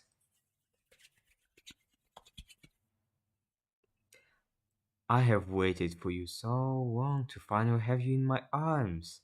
And here you are, my love.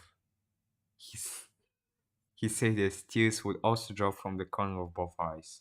The vixen was overflowed with powerful emotion, while the master filled himself was beheld to be at peace, as if this was something he planned to be happen. The two embraced closer, with their lips pointing into one another. Her arms extended around his neck as his hands relaxed around her waist.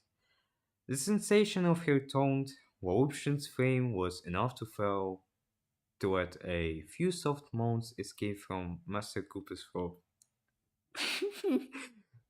Mm.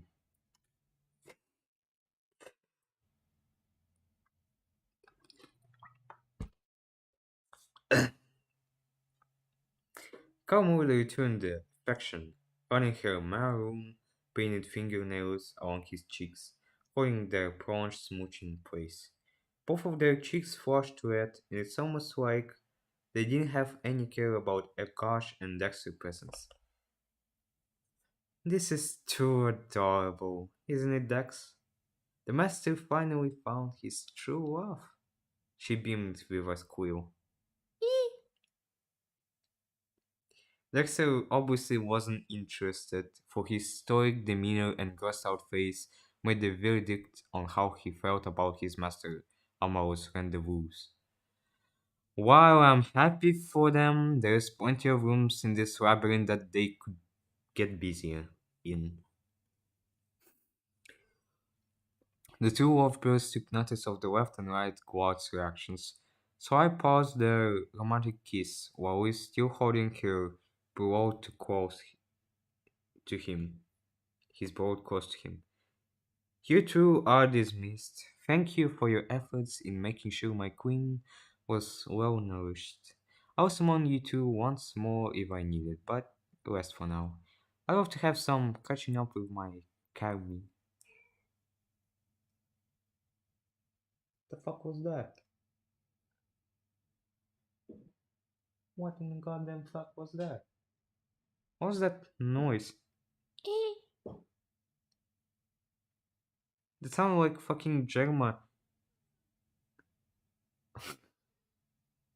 copying the fucking Freddy Fazbear sound. Pavel, Pavel, Pavel, Pavel, Pavel, Pavel, Pavel. Где ты?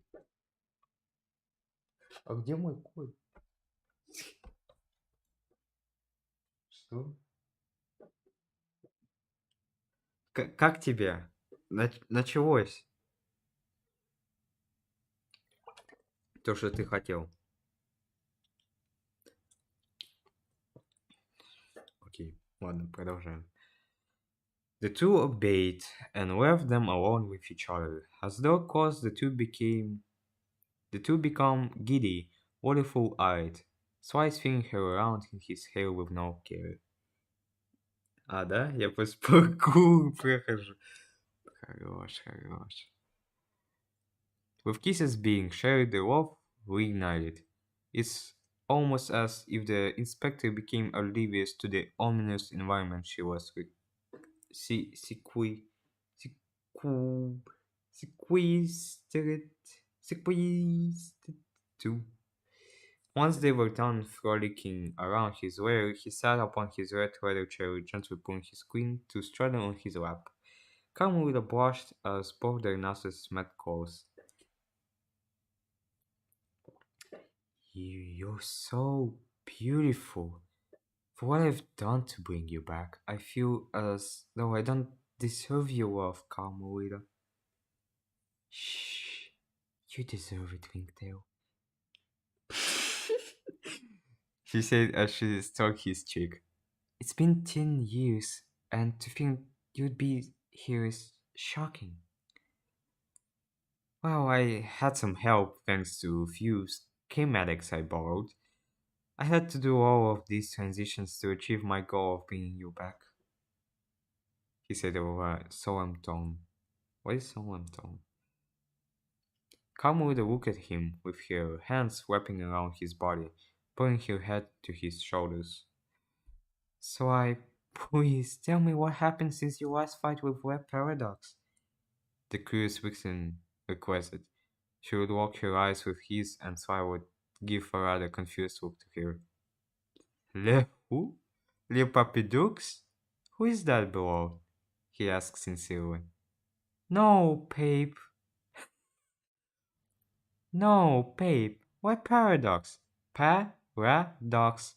The skunk guy whose ancestors at, at ancestors whose ancestors always tried to one up your family but failed every time. Then your father passed his spider ass on diamond highs and ended up going to jail. Hello, Green Gaboon. Welcome to reading the fanfiction made by Safe House Tales. This is the theater of one actor, me.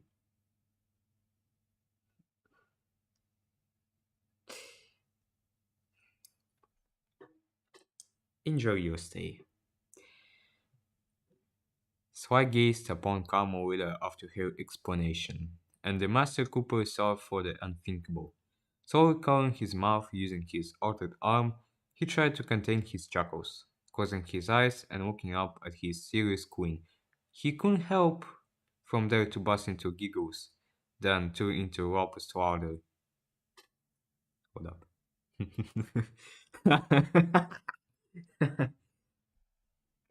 Yeah, it's like that. And so transition to a maniacal cackle.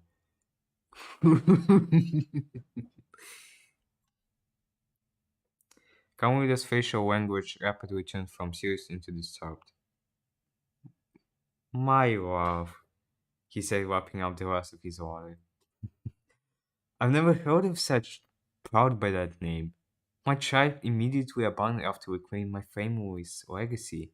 Dr. M and some purple tiger chick were trying to jack away my father's treasures. All because my cheap pops gave his man every share of bounty. Нет, что? Я пошутил. Ну, я не совсем пошутил. Ну, это... Я сдаюсь.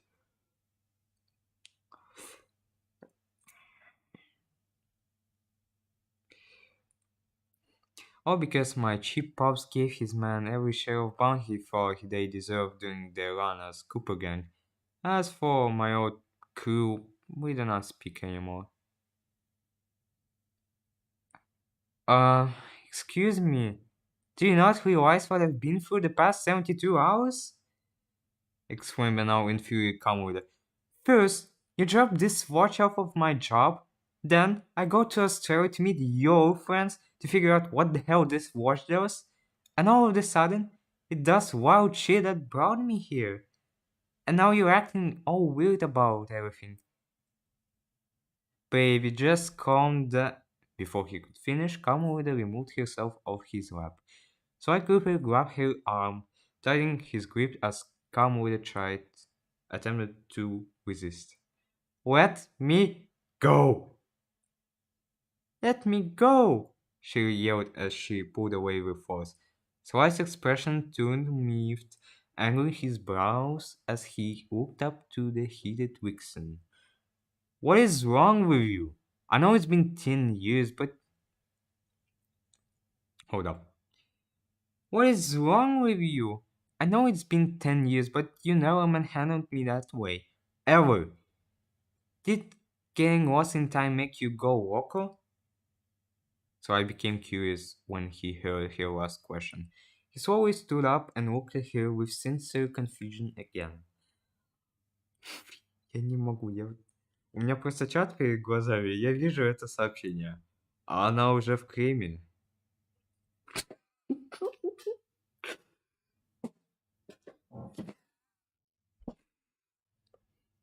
Lost in time? Are you saying that this lab paradox was going back in time to erase my legacy? Yes! Wait, are you having amnesia again? Asked a semi-concerned inspector.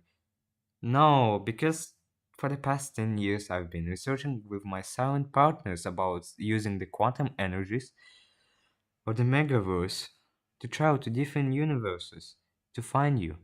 I was. Hold up.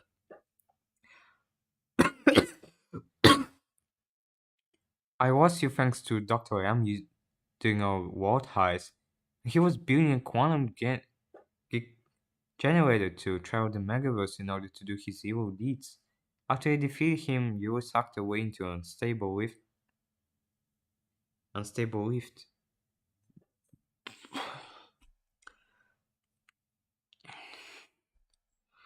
Soon, Carmelita would regain her discernment after hearing the truth. I think I understand what's going on here. I'm very sorry that you lost your Carmelita, but that's not the events I remembered, said an aghast, aghast inspector. I really thought I mean, my Sly potentially got lost in this megaverse, and I feel terrible for letting my cold judgment take the best of me. I'm not your Kamui.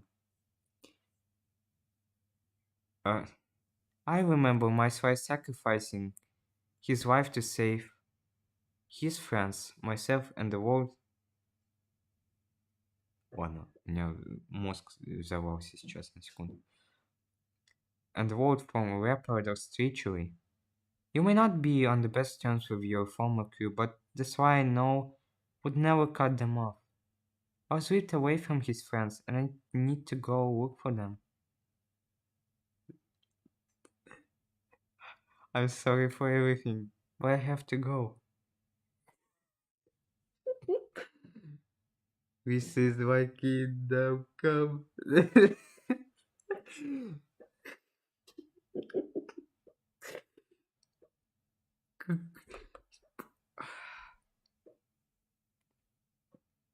Не, ну... Окей, 1 minute break. Как? Ты... Ладно.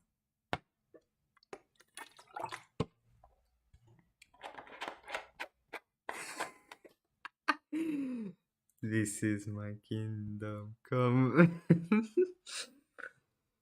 Я представляю это видео, типа тимфоты, такое смешное. Так, как там мой лайфстрим, так скажем? Сейчас посмотрим. Нормально, нормально. This is my kingdom. Okay, we're back. It's 3:40. I'm reading this chapter for almost an hour. What the fuck? Kamura gathered herself and started away from the now emotionally soothed Cooper. His arm began to glitch, and he insta- instantaneously vanished through the glitching effects. As the Kamura inched closer to the door, the same glitching pattern she escaped from the watch appeared as a figure, and the uncanny Cooper appeared in front of her. I don't think you'll be going anywhere, McQueen, he said with an airy grimace. Look, I don't have time to play your little peaceful royal bullcrap. I need to go find. And before the fiery Wixen continued her tongue lashing, he yelled at her as he brought out a double-sided hood cane from his cloak. Ew. He immediately pauses in his traditional stance, glaring her down ferociously. ferociously. The inspector didn't have her gear nor her shock pistol, but physical combat was her best defense for this moment. And I don't have years to keep searching for other copies like you, he bellowed as the deranged Cooper bashed forward and launched his cane at Kamura. The vixen reacted with a quick duck, slipping her right leg to rule his balance. Evil Slide tries to evade but falls for the diversion, falling to the ground as the sullen fox follows his success with a violent stomp to his face. He attempts to block this, which succeeds, yet his face would suck the pain from the hook and resting upon it. Ah! Damn you, hack! He screamed as the vixen pressed the green button to open the door. Calm, he called out to her in that cold, sincere tone. I know this is all strange, but I heard you cries with that energy. I've entangled myself to feel your every whim of pain, and you've been trying so hard for years. We were made for each other. I know for a fact that he isn't coming back. Ugh, I died. Carmelita was instantly turned off by his deranged behavior. As the door made an opening, she bowed for the opportunity. Carmelita dashed with every ounce of adrenaline he she mustered, and heard the confused, heartbroken Sly scream in agony, starting his chase to entrap the royal beauty inside of his sinister fortress of solitude. Carmelita was shocked, tearful, and disgusted. She made way to the dressing room, rushing out of the black dress to change her into her suit gear, grabbing her shock pistol. The vixen powered up the watch again, until she called the irate Master Yunki to his intercom. Attention, everyone! We're currently having a cut C-135. I repeat, a C-1... Attention, everyone! We're currently having a C-135... Fuck! Attention, everyone! Attention, everyone! We're currently having a cut C-135. I repeat, a C-135. Make sure that fuck doesn't leave the premises. My eyes better be on the watch, and I'll be looking for you, my queen. And don't worry, I won't be too experienced in your first Twilight announcement. Carmelita gasped and became instantly queasy with that last phrase. Whatever the hell that meant, she got it. She found a quick way out of the dressing room, knowing. What the fuck? No way. Wait, you don't send anything. Hold up, what? What the fuck is this type of emoji? Motherfucker, what? Where did you get those? Okay, wait, let me. Thank God, thank God that. Shut up! Please get out of my head. I had enough with your 1 hour. Uh, you stupid. No, I'm not. What's 9 plus 10? 21? Thank God I don't get that either. I'm I'm crazed out with this.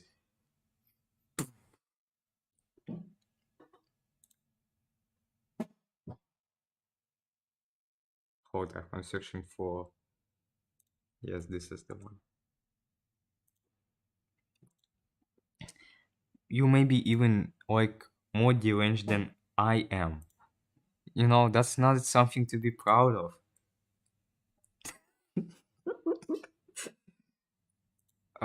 Man, I'll kill myself sometimes.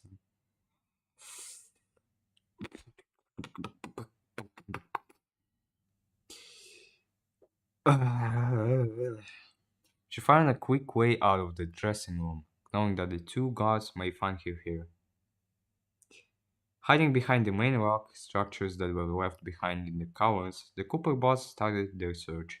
The stealthy camel crept along the natural grooves of the old the tall rocks that were standing. You know, I can see the emojis that you sent from my fucking phone.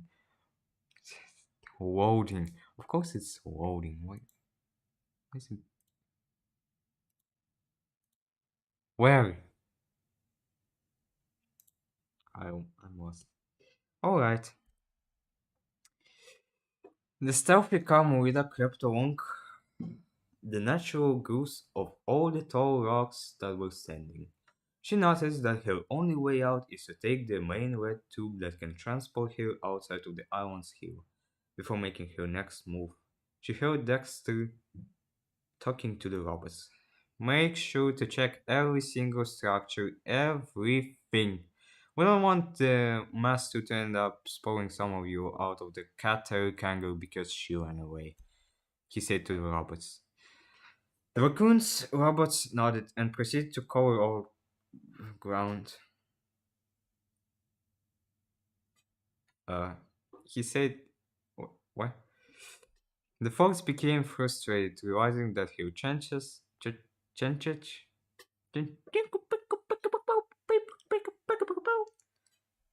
her chances of silent escape was not going to be possible. Damn, damn it, she whispered to herself. Well, here goes nothing. She quickly jumped up to get the robot's attention, hearing Kaden as she charged her pistol. Hey, Cooper boss, what happened to bowing down to your queen? I guess the punishment will be overloading your motherboards. English, motherfucker, do you speak? Все нужные жители со всеми профессиями и торгами сделаны. Даже лишние есть. Хорош, хорош. Неплох, неплох. Теперь, Лис, какую тебе задачу дать? Ну, если ты хочешь задачу. Ну, пока просто положи, не знаю, у Павла спроси, может, Павел играет там.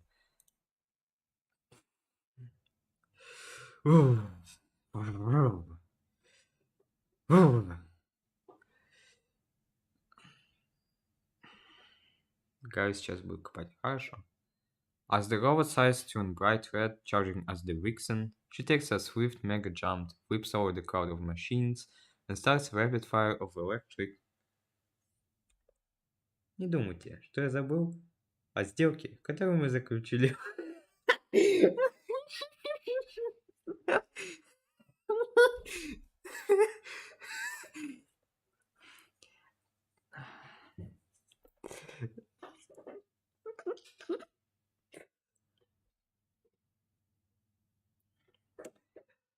Don't think that I forgot about the deal that we ended up.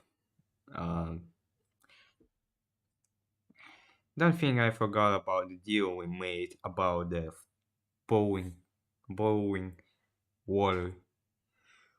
Just wanting stop, please. I'm shocked. I'm flabbergasted. Oh, Dexter notices the crowd of Boston. Wait, no. A few had summoned their canes and began the melee. Ca- ch- charade at the field inspector. Nurse notices the crowd of bots entertaining the hero and immediately notifies the left eye and the master. Carmelita is pairing with the boss in the main chamber. I repeat, she is engaged with the Cooper boss in the main chamber. Bzz, bzz. As she overheard the snitching Prasaran, she fires a few rounds at him while kicking a couple robots' canes from their grasp. Dexter takes notes. Dexter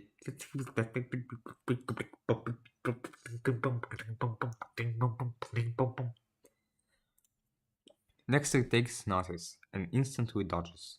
A small fringe of his hair was caught by a grazing shock bullet, growing as the two walked nefarious stairs. Carmelita pursued to the transport tube via a mega jump, charging higher to the entryway. Then she heard over the intercom of the macabre Sly humming the Wolf on the Rocks, but in a haunted mantra. Ooh, ooh. The lights around the chamber grew dim as the victim retreated behind an apparatus structure which sat uh, uh, which sat high above the ground. But I forgot what I'm saying. She was near the tube entrance, but resorted to hiding for his safety. The delivery of singing the song was perceived to be obsessed, and Kamui was at her breaking point, mentally and emotionally. Сколько? How much?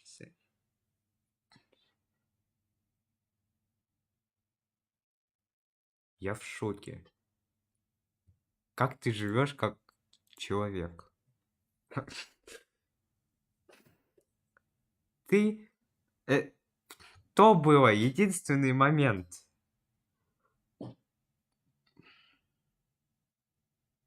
Her Breaking Bad? What?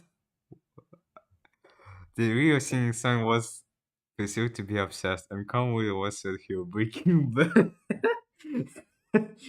Breaking Bad. Mentally, and emotionally. She heard the electrical glitching sounds that he would make when blinking in and out of existence.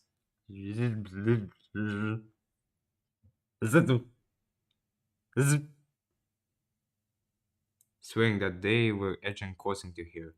The baitful, the baitman. The baleful Cooper made his rounds as he climbed vertically, and then he would scratch the very metal with the sharp hook of his cane. Hold up, screech sound effect.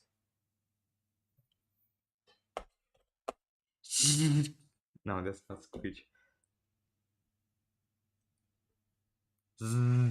That's not screech too.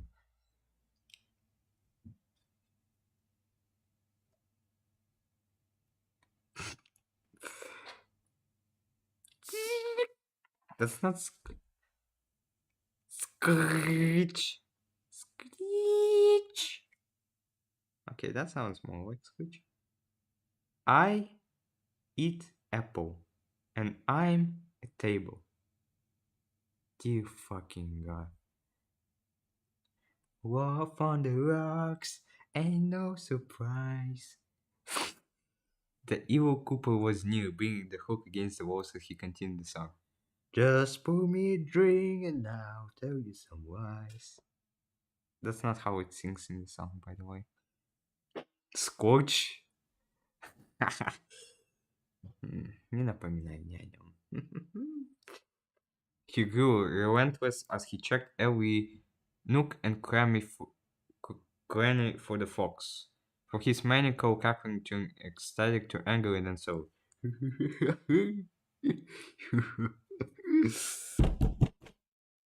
Imagine that's him like being angry.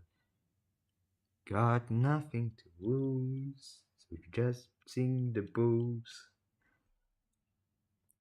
He kept banging his cane to the cadence with his eyes slowly transitioning to red iris.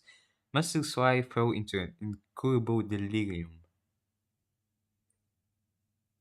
All that time Karma with a wincing pain, for the rasping metals made her ears hard. She covered her ears, taking note that Sly was coming closer. She covered herself, she covered her mouth, and slowly moved away from his view, surveying her next chance to book herself out of this hellhole. He scratched the metals again. Screech! The small of a fucking mosquito. Screech! Screech! Never mind.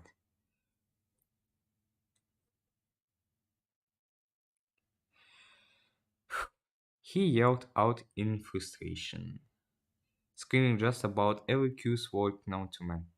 Fuck, motherfucker! He walked closer, taking note of every escape, corner, hiding spot, any place where she could be wailing. She, he grabbed his cane with both hands, splitting the double-hooked cane into two, similar to the style of Sly Cooper. He snarled, giggling maniacally as he pressed slowly. Soon he sang the rest of the lyrics. Gave you my heart, gave you my soul. You left me alone, here with nothing to hold. Yesterday gone, and all I want is.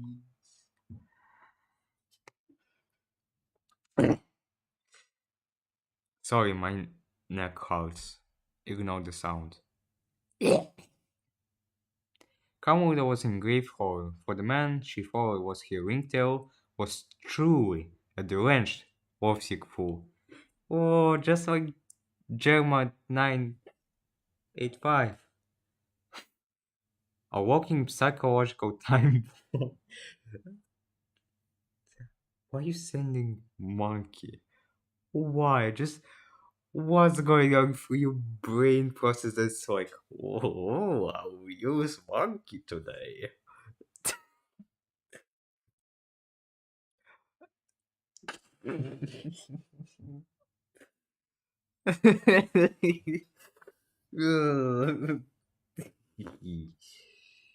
She noticed he was gone and made sure of it. The vixen didn't know whether to be traumatized that she kissed the wrong guy or the fact that he can make a love song into a horror tune. As she saw a clear cause, she began to make a run for the tube entrance. And then the hideous glitch appeared before her, with the evil sliced pupils flashing before her, both with red sea hook iris. Alive with you! It's just that font that's like making me not singing the like calm version or song. It's like rock, real rock FM. Alive with you! Monkey, stop! For the love of God, please. Dubs is a genius of Russian phrases. Да, я не... Он... У него IQ, ну реально фантастическое. Ну он пишет по типу обезьяна, стол, яблоко.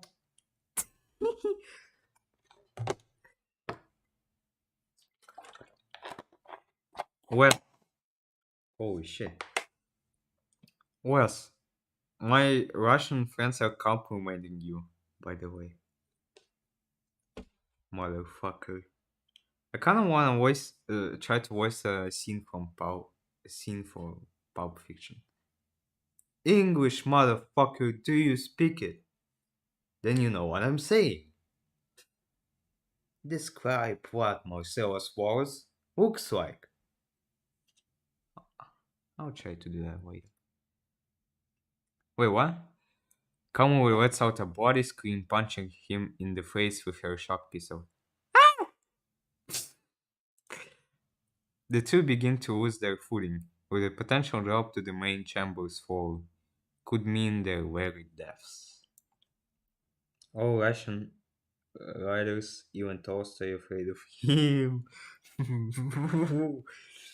Да, да.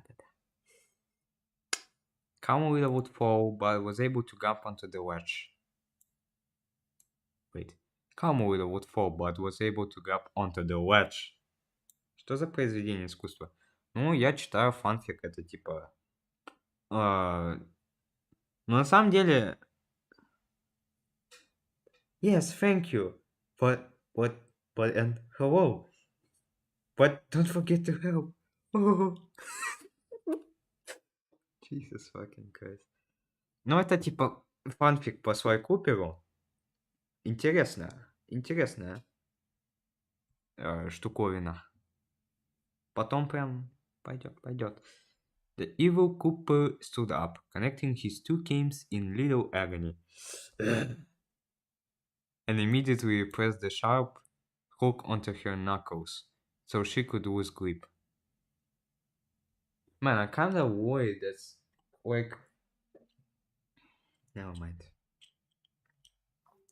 Both Carmel and Sly were groaning in pain. One from the clobber and the other from metal hook kissing her hand.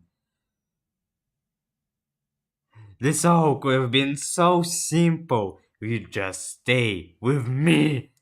He screamed violently as he digs the hook heavily into her hand. Carmel cried out in pain, looking at him with tears of fury. Ah! That's not how Carmel screams, by the way.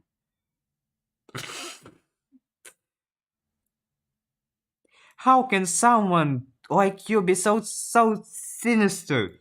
All I want to do is find my friends and find my ringtail, she rebelled back. This only angered him further. Why do you care about him so much when he threw everything away just to protect some feudal legacy that nobody, and I mean nobody, should be honored by? How the hell can you say that? How the hell can you say that? She yelled back, attempting to pull herself up. The Cooper bots will soon join him, standing behind their master as he goes here to stay. You wouldn't understand. Unlike my Kalmuda, we were honest with each other all the way. She knew about my honorable history. She knew about my honorable history. While I respected her duty at law. No way it work. No way. Why? Why would you do that, you motherfucker?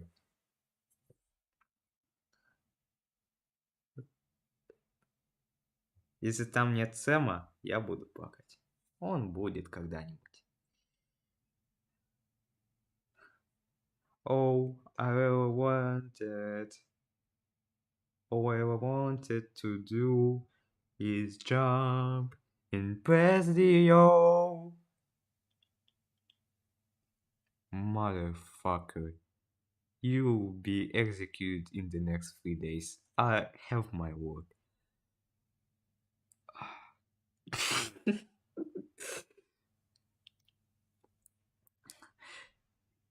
This bit is like fucking Walter White. You wouldn't understand. Unlike my Carmula, we were honest with each other all the way. She knew about my honorable history, while I respected her duty at the law. We made it work, no matter what circumstances was faced between us. But you will soon understand if you would please stay with me. The deranged raccoon pleaded hard and began to soften his passion onto her hands. Before Carmelita could respond, could oh. Before Carmelita could respond, she witnessed a rift forming behind him. This time, the rift was perfect, no disorder. The vines were picking up, and the machines took notice. Sister Sly looked behind him, and he couldn't believe it. A mysterious figure appeared in an otherworldly... А как фанфик называется?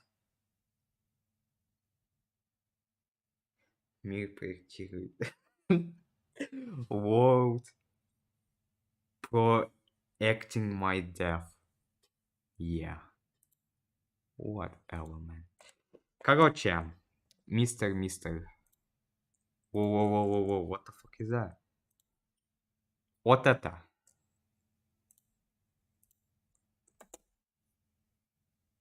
Это же ты? Да, это ты. Сейчас я тебе скину.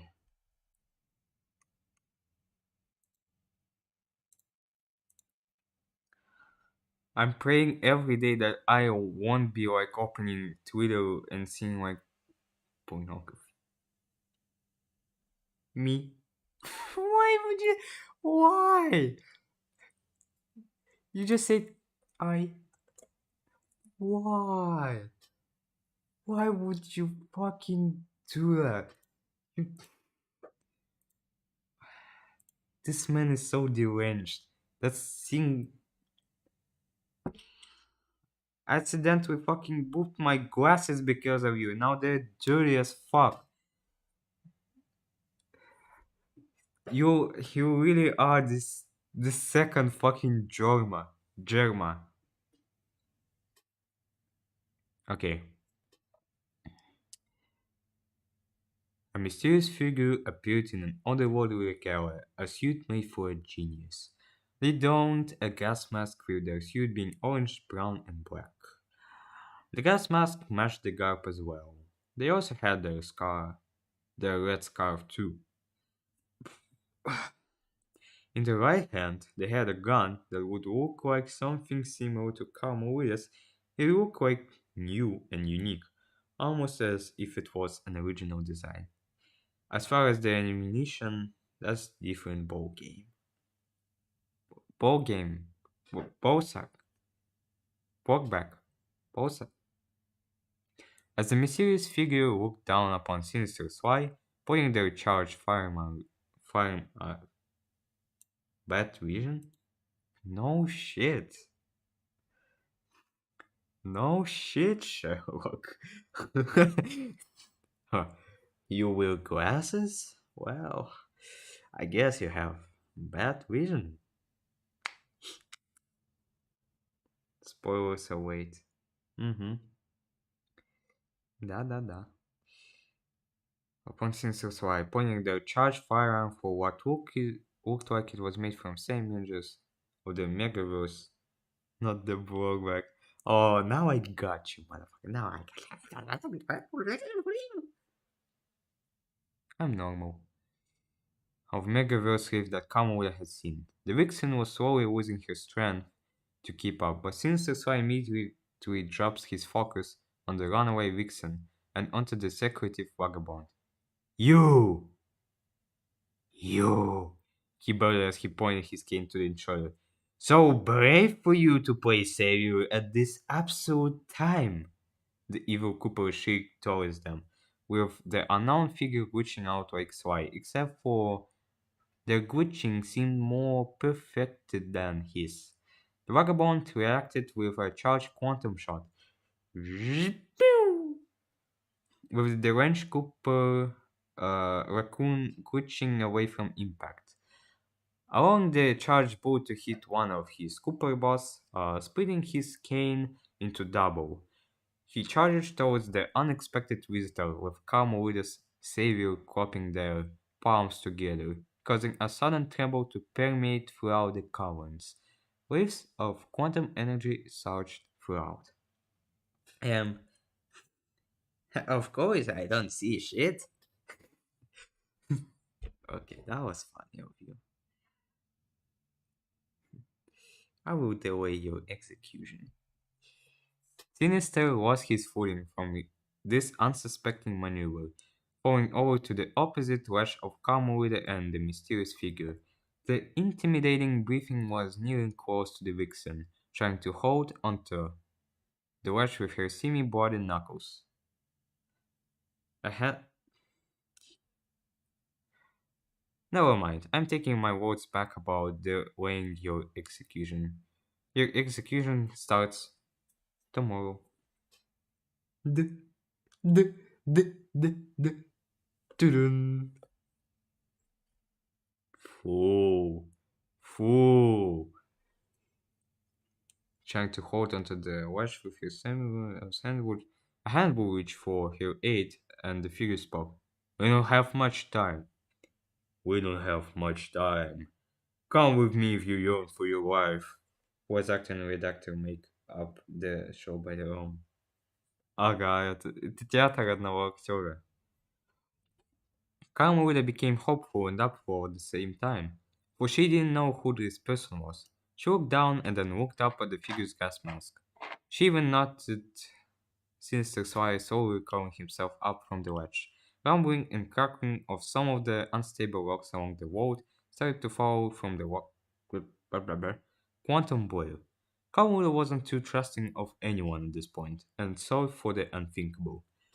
The vixen realized slowly realized released her sanguine clawed knuckles from the ledge, falling back as the mysterious figure cried out, and Sinister, witnessing the fox potential fall to self-slaughter, or rather, killing himself, killing herself.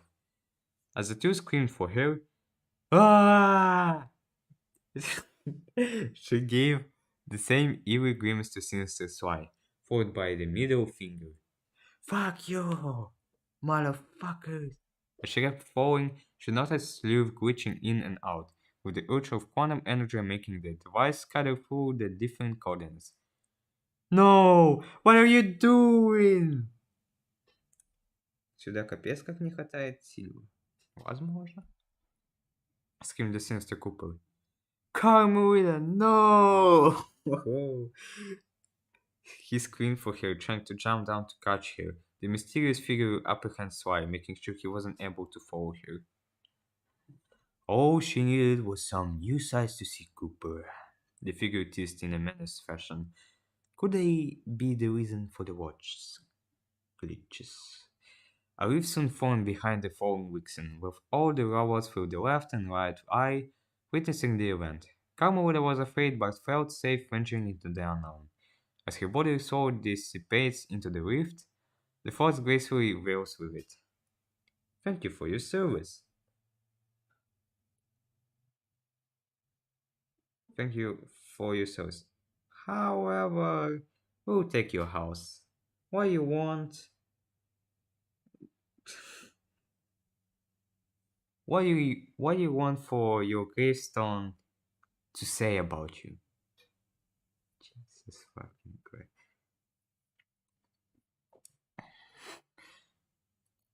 Right on my gravestone, I ate an apple.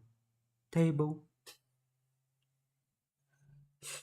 Sinister Sly screams in body agony. Ah! His queen was no longer in his presence. The mysterious figure would make their quick getaway by creating a race back to the Megaverse, for the uncharted territory became highly tense. You'll be mine one day, Carolina, what the fuck? Even if I have to swallow every living version of myself in this crazy enigma, I'll make sure that you'll be mine. And if that blast is my vibe, you say I will come back into this world, you'll be afraid of everything that, that I've achieved. I cannot, I will not, and I shall not let him steal my destiny. He cried throughout the world. Don't worry, master. She'll return, and I'm sure of this one. Wait, no, that's not this voice. Don't worry, master. She will return. I'm sure of this one. Dexter said to comfort his grieving master. I'll, I'll, Argush, Agouch, Agouch. Join them along with the Cooper bots beginning their repairs on the environmental destruction. Sinister Sly slams his cane onto the ground,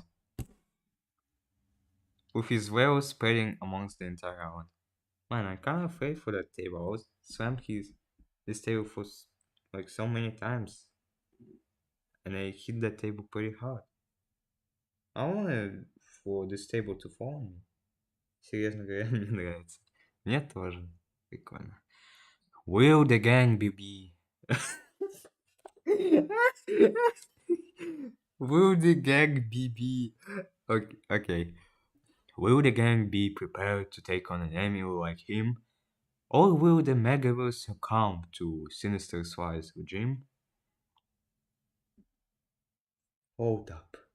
It's not his voice. Continues to talk with the same voice. No, motherfucker, that's. You're lying. You're lying. You're lying. Okay, I need to read the message from like 10 hours ago. What's the order of the chapters? Chapter Interlude 1. Okay, Interlude 1. We're reading Interlude into the Traveler's Walk. Interlude 1. The Traveler's Walk. The Megaverse was always believed to be a fantasy.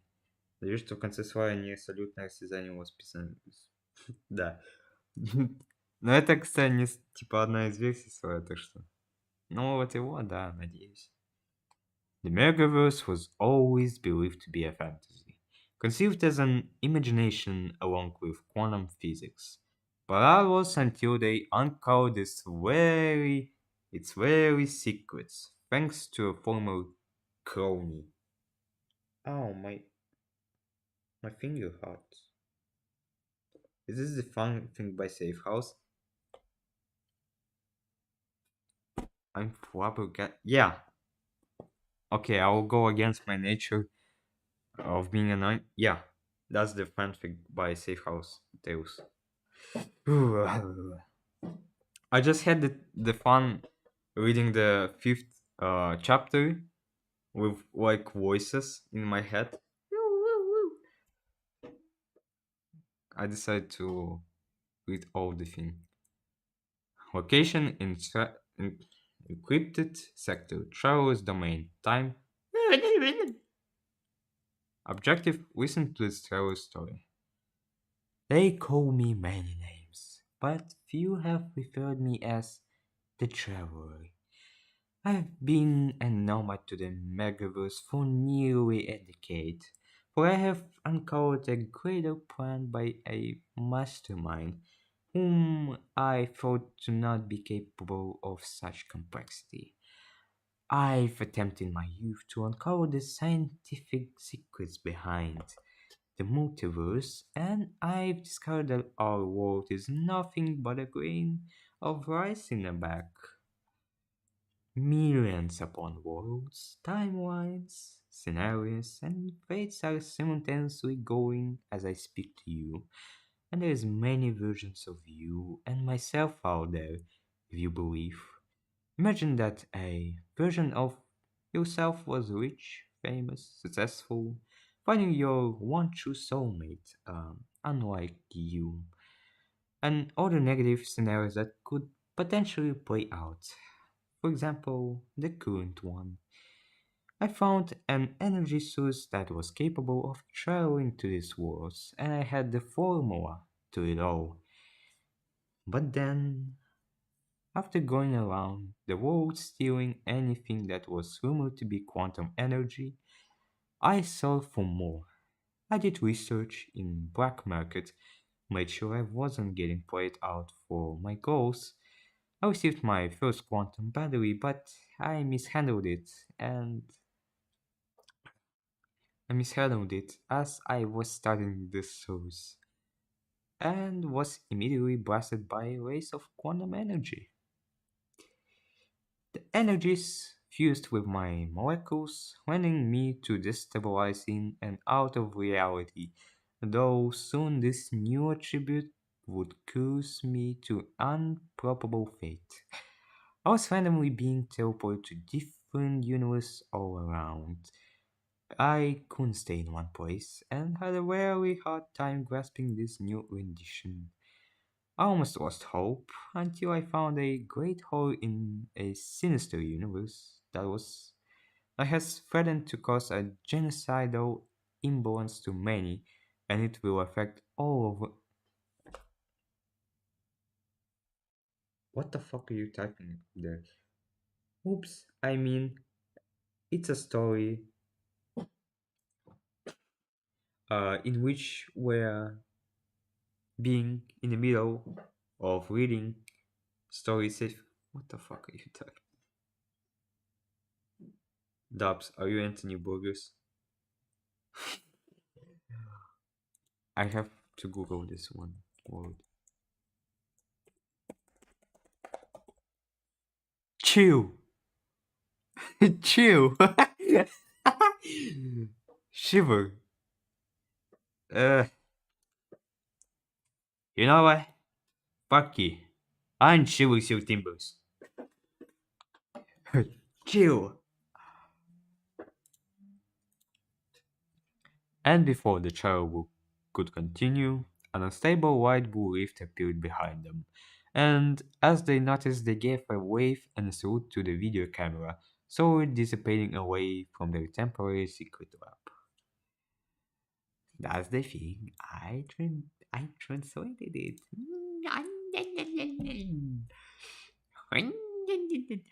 Enepsha, the plan is ahead.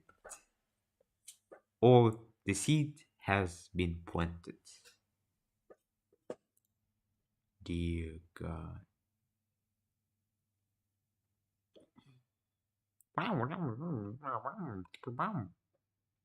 На основе, на основании.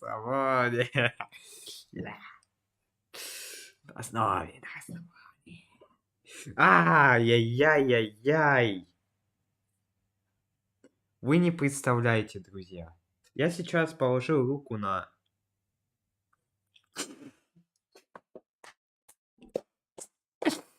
Я сейчас, во-первых, положил руку... Я сейчас положил руку на стул, и у меня рука заболела. А во-вторых, Дабс написал «Охлади мои бревна». Chill my locks.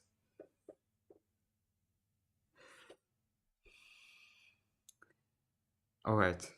Now, what's the order?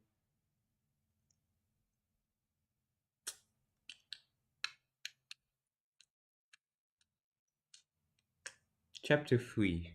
Chapter 4. God, it's 4:23. What the fuck am I doing with my life? Period. Wait, no, the fourth chapter. Never mind. Never mind. Never mind. No. No. Yo, hi. Yeah, man, we still reading the fanfic. I only finished the third, the King of the Island. It's time for the chapter 4, Sly Point. Oh, this one is shorter. Yippee! Yippee! Woo! I'll kill myself. Stopping. Chapter 4, Sly Point. Location: Ancient Egypt. One 1300 BC. Time. The scorching bask has risen. Object. Not stated. Я все еще прохожу паркур. Какой паркур?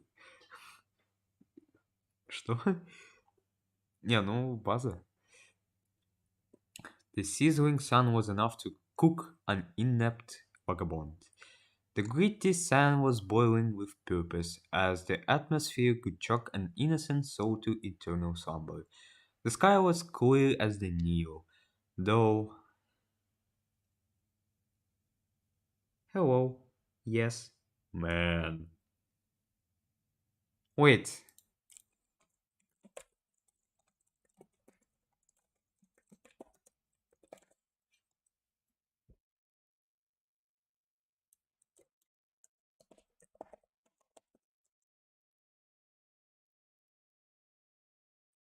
I was at the river called Nil like in Kazakhstan.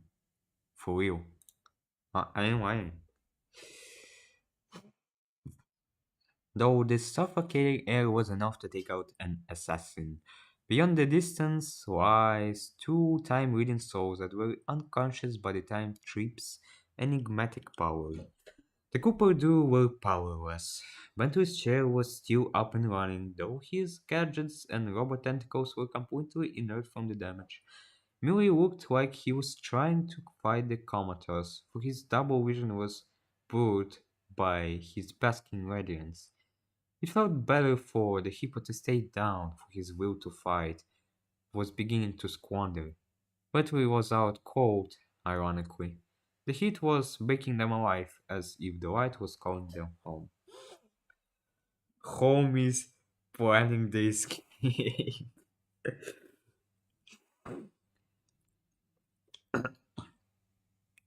Beyond the U, three travelers on camels were passing by. Two of them wore brown tethered robes, while the one in the middle wore a tethered royal blue one. All the three travelers were coat were to protect their eyes from breath and sun, while also wearing a face mask in case of sandstorm. Как вы думаете, куда вы идете? Ты не можешь идти.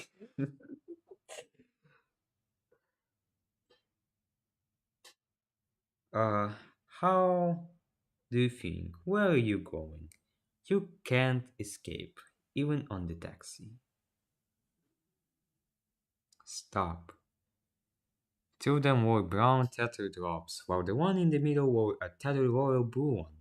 All three travelers wore gold hats, I read this now, man, while also wearing a face mask in case of a sandstorm. The three men seemed to be conversing until one of them pointed out the benumbed duo. The bull-robed traveler housed his camel, gazing upon the helpless turtle and the hippo. As the two brown-robed men waited for the bull-robed traveler signal, his eyes emitted a blue smoky essence, and he spoke in a secret language. The three travelers came to Bentley and Mary's aid, as the bull-robed men sensed they were from another future.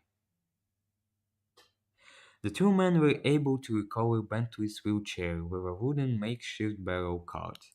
The bull-robed figure placed Bentley onto his camel, as one man rode with Murray, and the other pulled Bentley's wheelchair with the makeshift cart.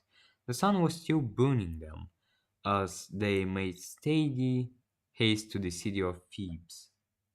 Thebes, Thebes, Thebes, Thebes, Thebes, Thebes. Thebes. The two brown-garbed men conversed about what to do with their unnatural travelers, though the royal bull savior had other plans for the two. As they approached the outskirts of Thebes, Thebes, Thebes, Tutu, their conversation became more crystal. How is such sorcery possible? You can make yourselves obvious with these two remnants, said one of the brown-robed men. These two are special, Sharaf. I've been dreaming profoundly of this prophecy that was bestowed upon us. For reptile and large pink mammal would appear in the recent bask, reported the bull-robed figure. Have you been dwelling too much into your shadow work, O Wimbra? You've been beside yourself for quite some time, especially since you recruited that apprentice of yours, replied the other brown man. Aichtiram, my eyes see both light and darkness clearly, though I've learned how to channel my spirit through my darkness, and darkness through my spirit. Besides, their miraculous arrival saved my apprentice some work. Wimbra said with a sly grimace. It's like how it's almost like Five Nights at Freddy. Again and again. Oh. He showed his true confidence that he pondered Bentley's teleportation gun that had the monster inside. Sharaf and Aihtiram were surprised, for the Intuch, along with this apprentice, were actually in search of this artifact. Needed by Umwimbra, to complete the prophetic. A real prophet should make real profit. Souls of children in robots. Unfortunately, yeah. To, task that he was called to accomplish. The men traveled along to the temple, but they took a detour to the back of the structure. As they unboarded their camels, they respectively took the conch, turtle, and hippo to the back entrance of what appeared to be a hideout. Sheriff was a large jackal remnant. Никита, пока добыл 6,5 стака прошло. И завтра уже было. Да, конечно, хватит. Лиз, это... Давай, спокойной ночи. Выздоравливай. The men traveled along to the temple, but they took a detour to the back of the structure. As they unboarded their camels, they respectively took their conchs. I read all this, man. I need to kill myself. Thing. Sheriff was a large jackal, honing the strength of 100 sphinx.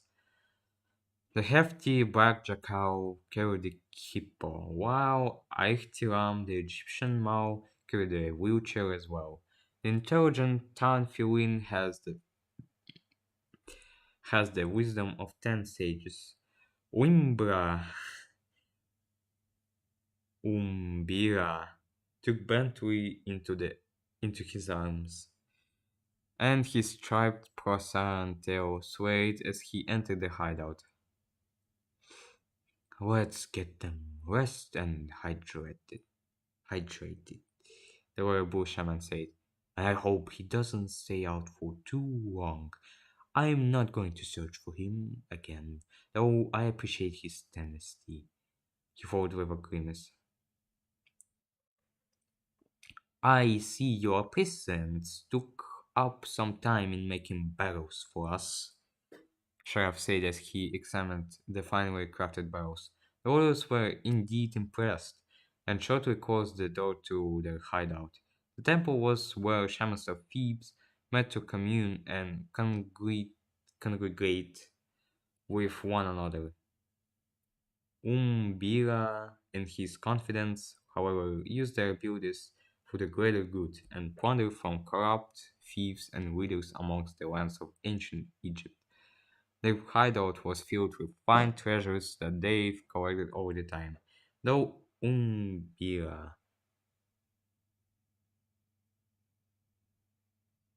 plans came to a halt when he recruits an apprentice to teach him the ways of shamanism. Well, that's what was told. I should probably send him out to get food for our soul guests. I'm pretty sure once they wake up, they'll be hungry and dehydrated thanks to the scorching heat.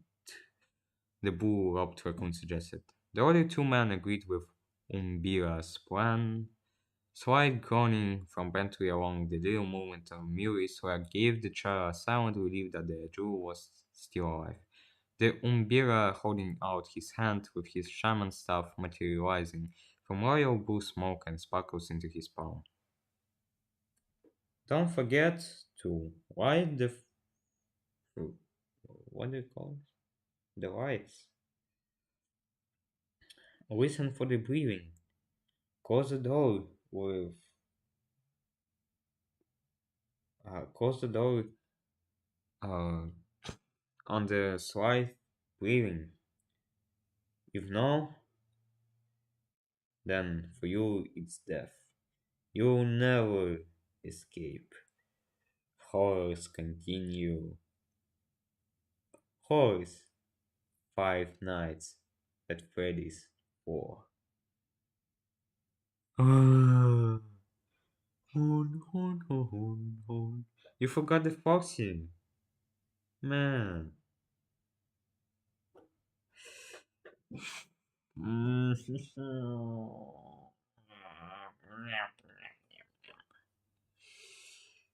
his shaman staff materializing from reliable smoke and sparkles in his palm.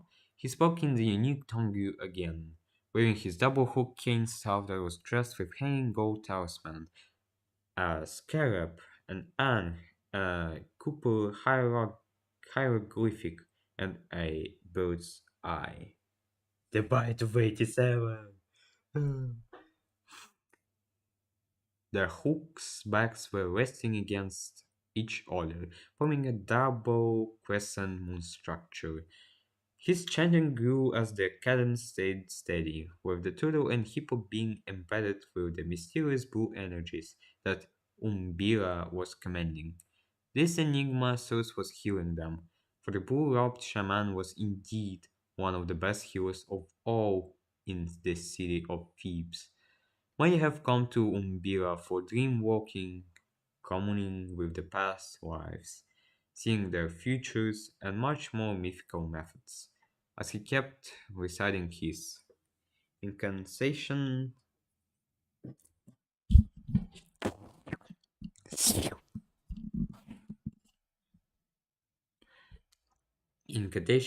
three soft knocks, followed by two deep knocks, spread by one measure.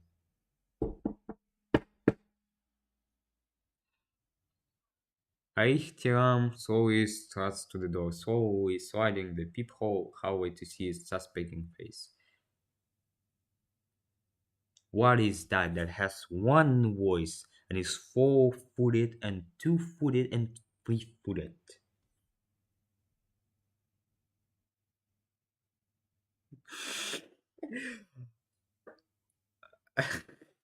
What? I always forget that it is about Sly Raccoon. Stop doing what are you doing? Beep beep beep. Really? This one again? The wise things, replied the unknown voice. Wait, that's really this one again? The wise things, replied the unknown voice. Well, from the last riddle I gave you, I refuse to pity your ignorance because you felt too cocky to use that brain of yours. So I gave you something simple for a child to solve, replied the sarcastic feeling. That wasn't sarcastic of me. He slowly opens the door, and it's revealed to be a hooded figure wearing the same brown robe that Umbira was confidence donned. He slowly walks in with a basket full of food. I got a bucket of chicken, much to the man's surprise. With the exception that Umbira was focused on hearing Bento and Miri. Well, apprentice, how was your night reconnaissance at the pharaoh's pyramids?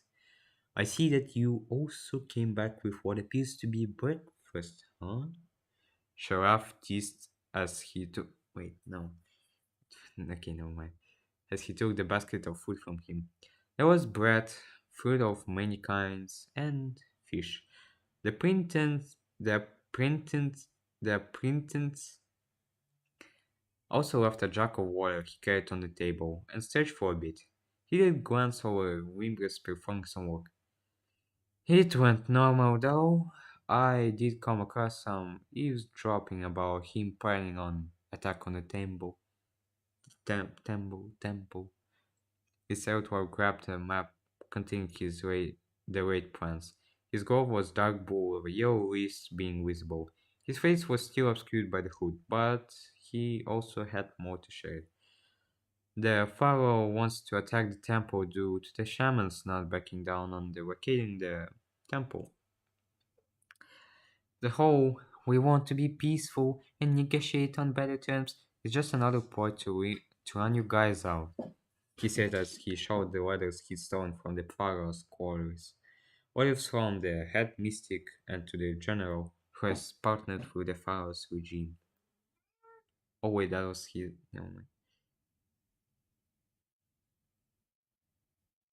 He said his pharaoh's was what? Both Sharaf and Aichtiran were impressed by his thievishness. feverishness, with Sharaf giving the acquaintance a look of satisfaction. As Umbira finished his ritual, both Miri and Bentley slowly woke up. Both of them were delirious, trying to think of what had happened. The acquaintance overheard the familiar glance, ignoring Sharaf validating inspection. Ура! Молодец! Молодец, Павел!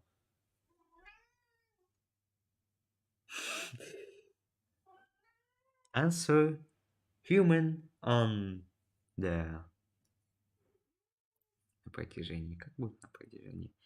On the course of his complete life,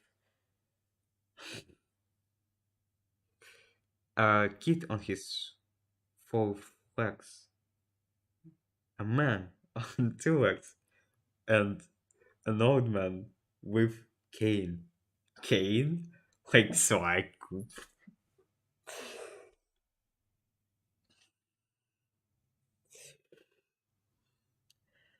Maybe I'm not a super genius like I sometimes thought. Yeah.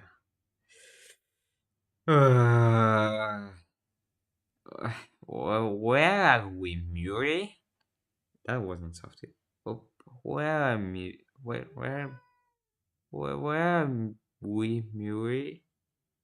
Bertie said softly as he rubs his head. Suddenly blinking his eyes, he sees the four robed figures with Ombir. Shut the fuck up! Shut the fuck up! Wee!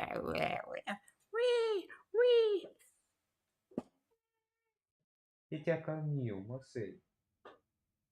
Мась.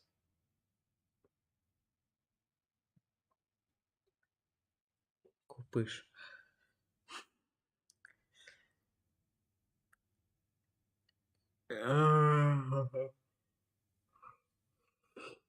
The only hyperfocus the confused Hitao had was seeing two raccoon tails and the shaman's cane staff with the charmed trinkets he wielded. Miri looked over at Bentley, silently relieved that he was okay and well. The two didn't know how to react, for everyone was just staring sound. It sounds meow, meow, meow. Ah!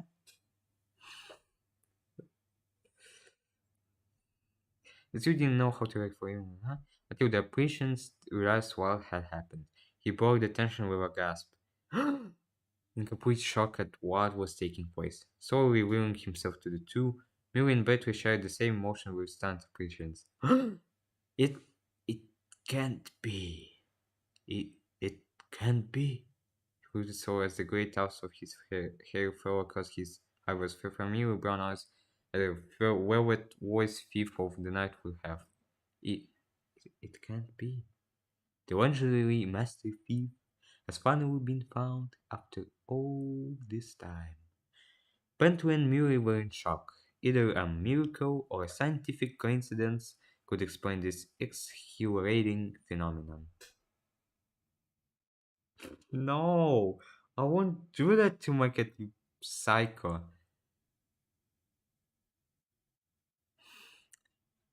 Bentley? So I cried out as he dashed towards his bars. Murray? Sly! They both screamed in tears, were the three brothers finally being reunited after everything that took place. Murray gave a glorifying hippo hug, though he made sure not to crush his pals. The two were too excited to care, for seeing each other was their main focus.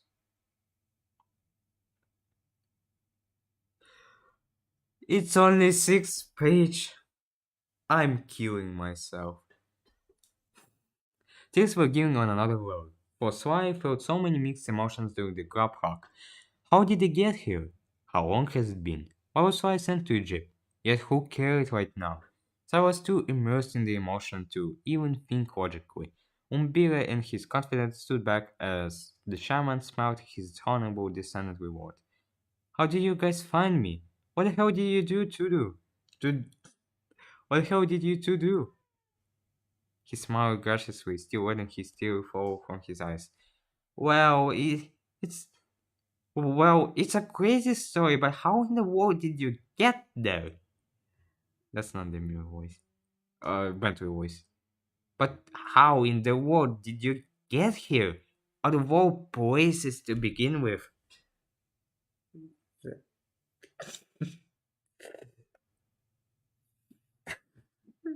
Oh, that's beautiful. Well, after my fight with Leopard, I was stuck and trapped here. I spent some time wandering the desert, and then I came across him. He said, motioning towards Oimbra as the shaman accounted himself.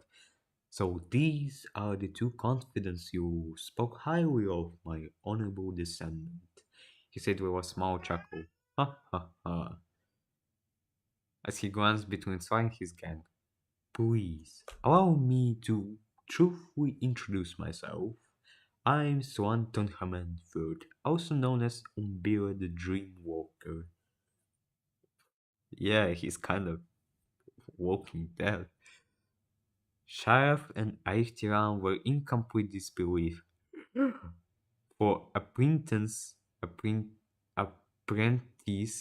was in fact a remnant of Swanton Hammond's future. Though unable to process this phenomenon fully, the two stood quietly to observe their interaction soon to draw anew.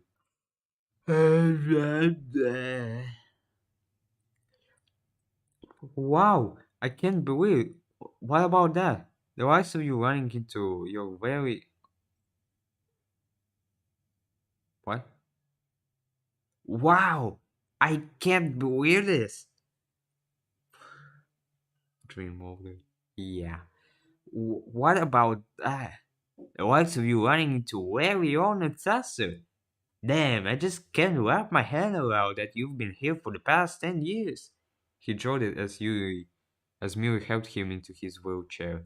Sly's face would turn from happiness to pure solemnity after hearing how much time has passed since his disappearance.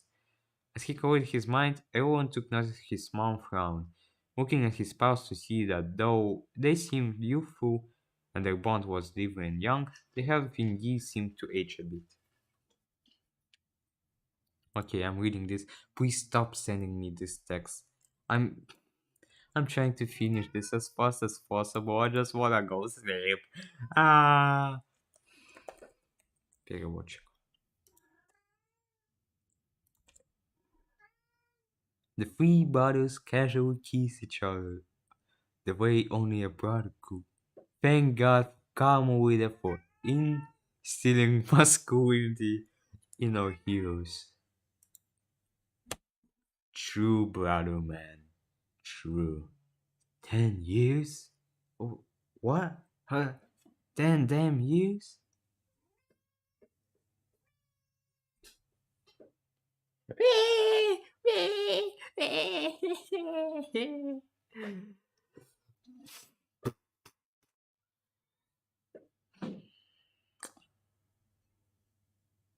Uh, he said as he looked over at the section of the hideout where he slept. There were towering marks to indicate how long he has been trapped. And it seemed there were many, though Swan had given up after a while of being immersed with sweat and humanities. He took a seat at a nearby wooden chair, sulking softly as he then looked to his ancestors' confidence. Either way, I was done with what I've seen. I've also discovered that your head mystic is planning to summon a ranger. Wait, no. I've also discovered that your head mystic is planning to summon a vengeful spirit to attack the temple, while also giving the pharaoh a fraction of his power. They plan to raid the first pharaoh's tomb. Bantry, help, help! I'm trapped in ancient Egypt. I think I'm 1300 BC. The Sultan Haman's eyes would suddenly flash blue from hearing the name, and the mystic raccoon would fall into magical meditative trance. Gender. Katas. That's not a real word, man. Miriam and Bentley were caught off guard by the sudden action, with everyone taking note of him doing this. Sonic and the confidence were unfazed by this. Roberto spoke out of turn. What is. Shh! The three mouthed in unison to the duo. The Swanton command spoke in the unknown tongue again, as he was communing with the spirits around him. After a few moments of the ethereal moments, his eyes resumed back to their heterochromatic state, with the left iris being dark brown and the right one being royal blue. He walked over to Sly and his pulse were a serious face and spoke once more. The pharaoh is trying to summon the ghastly beast who's been bound to curse my field for generations to come, he said as he closed his eyes and clutched his staff. No, it can't be. We must go to the tomb before they go. Котяски. Meow, meow. Ooh. Ooh. Let's see how my tweet is performing. Ooh. Interesting. Quote. Aichtiram is right. It's only a matter of time until they make haste towards it. Sharaf added. I made sure to secure the tablet in a very furtive area of town. Only someone of my bloodline would be able to locate it simply reading the area with true eyes. Bug, bug, awoo. Woo. I made sure to. I read this. So I turned him and said as he threw his long dark grey locks into a fine plate. If the pharaoh is to summon Kukuik, Kukuyuk. If the pharaoh is to summon Kukuyuk, everything known to Thebes will be lost. Wait, are you talking about clockwork? I will retweet one moment. Okay. Point to say that he's shocked in his slight surprise. The title was still secretly scared about the events, though confident since destroying him. The Millie's expression grew grim, or Sly's eyes widened at the sound of his name. It's not what I said. You'd like to think that. Kokok was very much active during this time, and his evil spirit was bound to tablet of cursed hieroglyphics. That's why Tutankhamun II second sealed him in, always sacrificing his very own life in process. The tablet would then be guarded by no other than his son, who then would be spread the responsibility to his close friends, now clan. The pharaoh wanted to expand his kingdom to the temple, but the shamans were not happy about this. The head mystic. What the hell was that?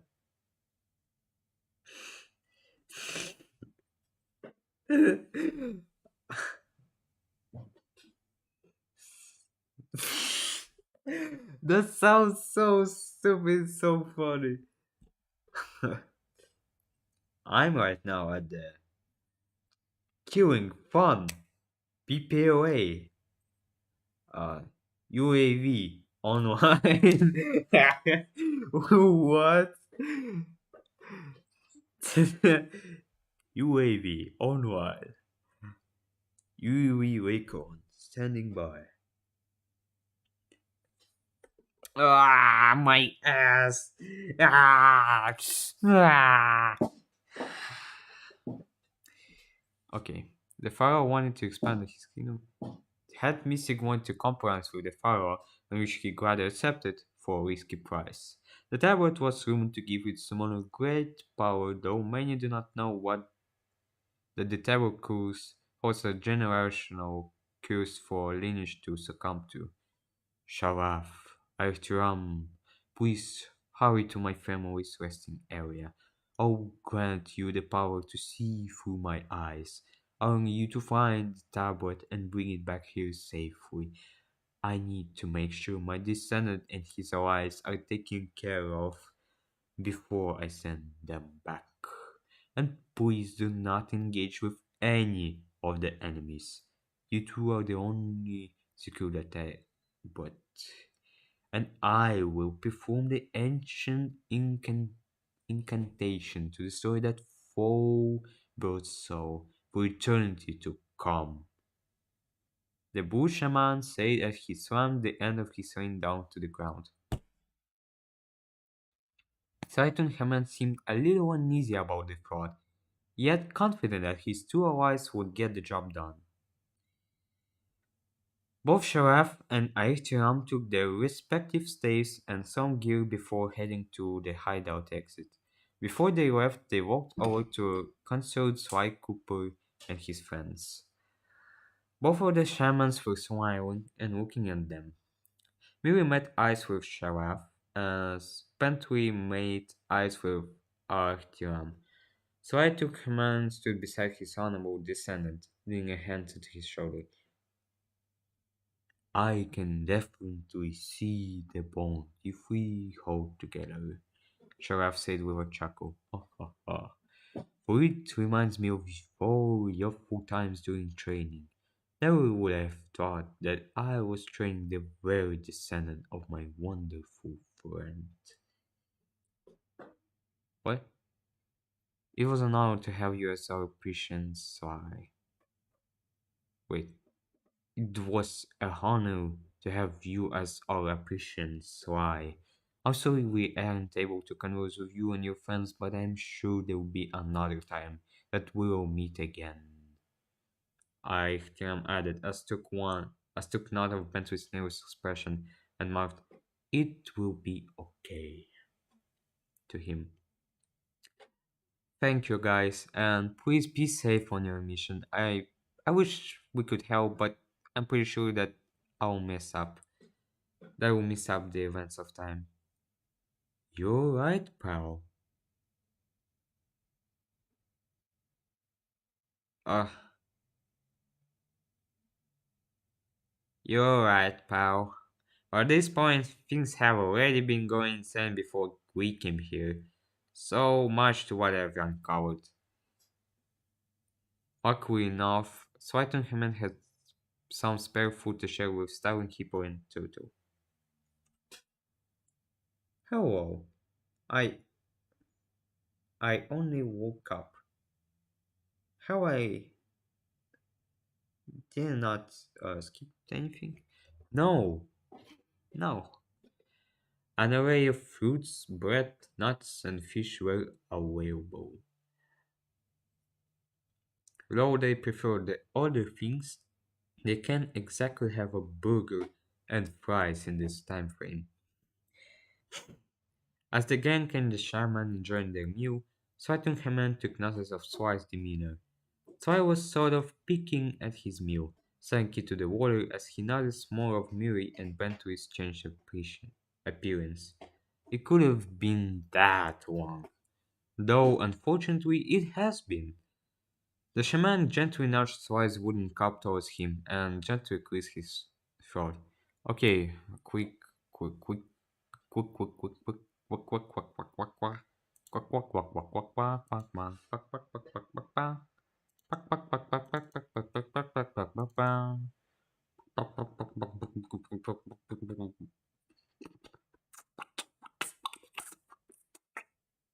Jagma, Jagma, Jagma, Jagma. Where is it? Where the fuck is it? Twice, no.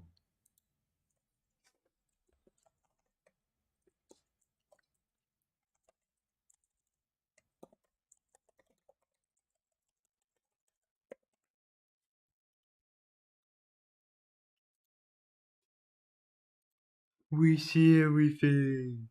Oh. No shit. Wow. Happy Sly Saturday. Yippee! I'm so descending into madness. The one guy who said like, hold up, we was at the beginning of the scene. This will descend into madness. He was fucking right. I'm slowly fucking descending into madness. Okay, we're ready. Ah, gentle nudge so eyes wouldn't count. I made sure to go to the clearest spring in the table for that water, and you're not going to have a tiny sip to regenerate your thirst? He decided without being serious in his question.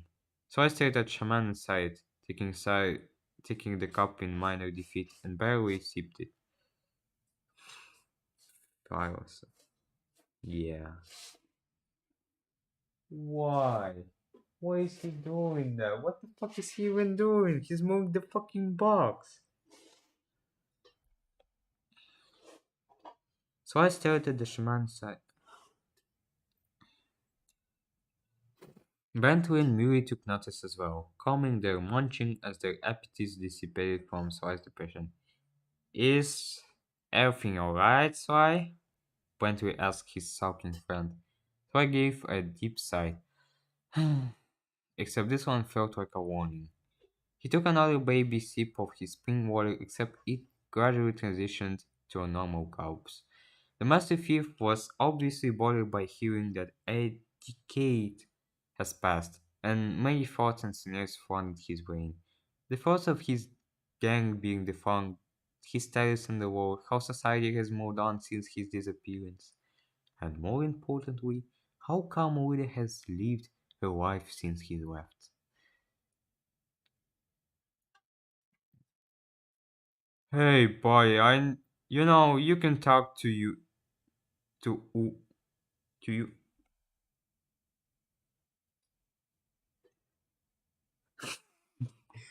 Okay, I'll translate this one. This will be the last one, mind you. The audio bitrate is older than the recommended bitrate. The fuck I can do about that? What do you mean? No, I was casually watching the cunning Cooper rise of the legendary thief with my friend when suddenly the horrors of Five Nights at Freddy's unleashed. I'm fine. I just need to process everything that's been said within the several emotional meals we've had since the reunion. You said you can take us back home, right, gentlemen? So I said as he turned towards his ancestor, but he grew concerned for Sarah's bottled thoughts, as did Miri too.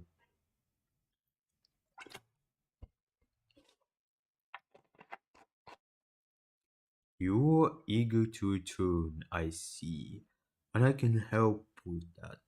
Ever since the flow of time has been disturbed by your former enemies and yourselves, things have become rather ominous, yet chaotic.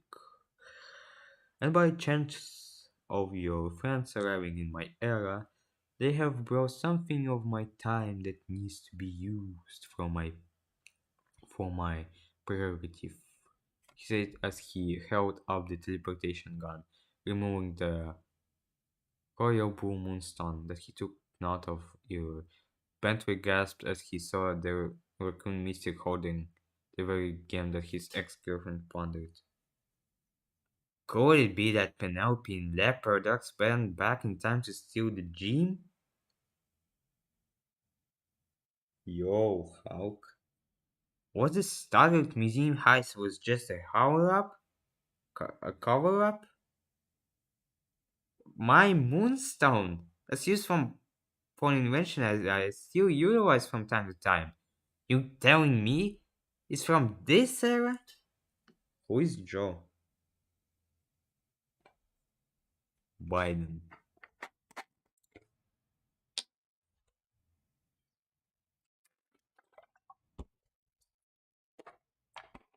Good question.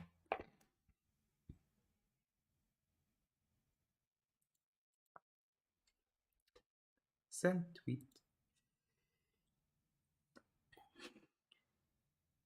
The tutor exasperated to the shaman. The ancient professor nodded his head as the glittering, glowing energies from the moonstone radiated in his mythical palms. My sister. Biden blast. True. Who is Joe? My sister. Real. This stone is capable of more than you've heard to though your minds are too ignorant to comprehend its power. I will need it for my conquests if you want a way back home. He replied back. The look on Swightenham's face meant business. Bentley, you really didn't say that you were doing any more work with this. Anyway, I don't see why not, Mui suggested to his reptile pal. Bentley was still a bit confused, since he can be quite the hoarder for his gadgets. Yeah, Ben, just let him have it. I really need to go back and see Carmelita. So I confidently quivered from his lips. The thought of seeing his long lost beloved made him slightly hopeful, yet butterflies tickled his insides as he thought about his foxy beauty. 12 of 16. I'm killing myself. The sound of hearing the wall of beauty's name made Bentley Millie's heart skip several beats in unison. Yeah, about that's why. Come with isn't safe either. Bentley knew circled back to him. Millie shaded tension, and sly brown eyes grew large, as the pit of anxiety dropped from his heart to the bottoms of his stomach. His forefifth removes his brown robe, tossing it to his ancestral direction, with the shaman catching the garment gracefully. The master thief walked over to his resting area, grabbing his cane, backpack, and tied back. What happened, Bentley? Where is Carmelita? He demanded with concern. Well, she came to me because she was given a watch that can teleport you to different universes. It was apparently from you, he finally bolted out. And when I was getting readings on it, it malfunctioned, and then your girlfriend decided to try and calm it down, but it strapped onto her, caused a virus in my lab's entire system, and activated the time machine. And as for the Carmelita, she was sucked into a rift. We don't know where she could be, Maurice spoke shortly after. She really thought you gave her that portion. She stayed adamant about it, so calm. So I saw a choke with a smudge of tears resting on his lash line. They didn't make it past his cheek since Master Thief was pained, yet determined to get Carmelita back with his gang once again. Everyone, including their ancient ancestor, was feeling the tension. So many emotional treasures sitting in the world, with even the master refused being so plagued on what to steal. We need to get her back. And going back to our time, a new lab will be our first agenda, guys.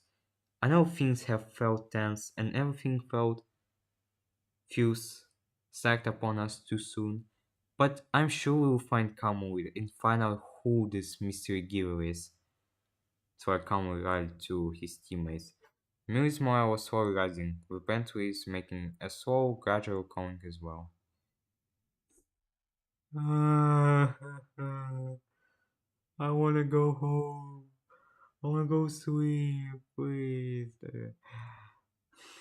Don't take me to your basement. Saitun Command stood up and gave his honorable descendant an eerie but friendly grimace. The shaman eyes slowly turned into glittery, smoky eerie blue, and he walked over to the Master Thief Master Thief.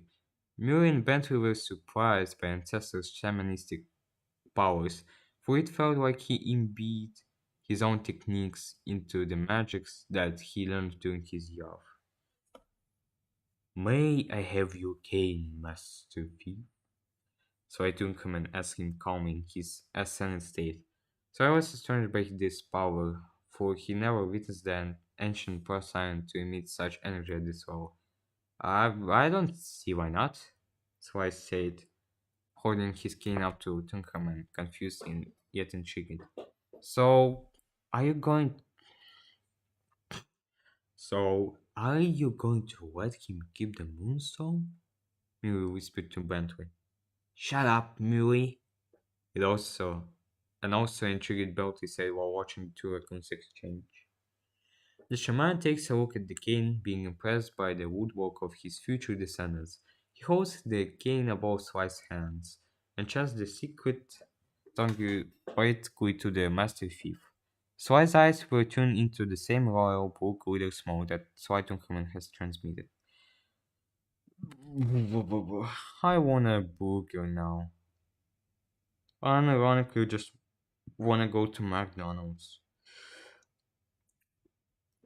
So I was now able to understand the language of feverish, the sacred dialect created by and only spoken by Coopers. The shaman continued the spell, blessing Sly's skin with some of his power. As the master thief's eyes turned back to normal, Slytonhaman's power state resumed back to static. He chuckled a bit at his bewildered descendant, paying his back gently. Are you right, Sly? I didn't possess you or try to see your dreams now, he teased. I'm okay. I was able to understand your incanta- incantation, though I'm still confused by its name, he said as he rubbed his noggin, taking note of the new hello and back. Hello. Hi.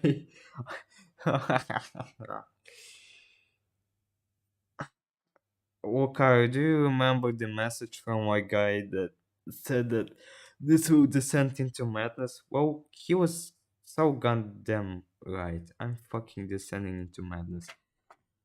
He said as he rubbed his noggin, taking note of the new dark blue sparkles that he came on now.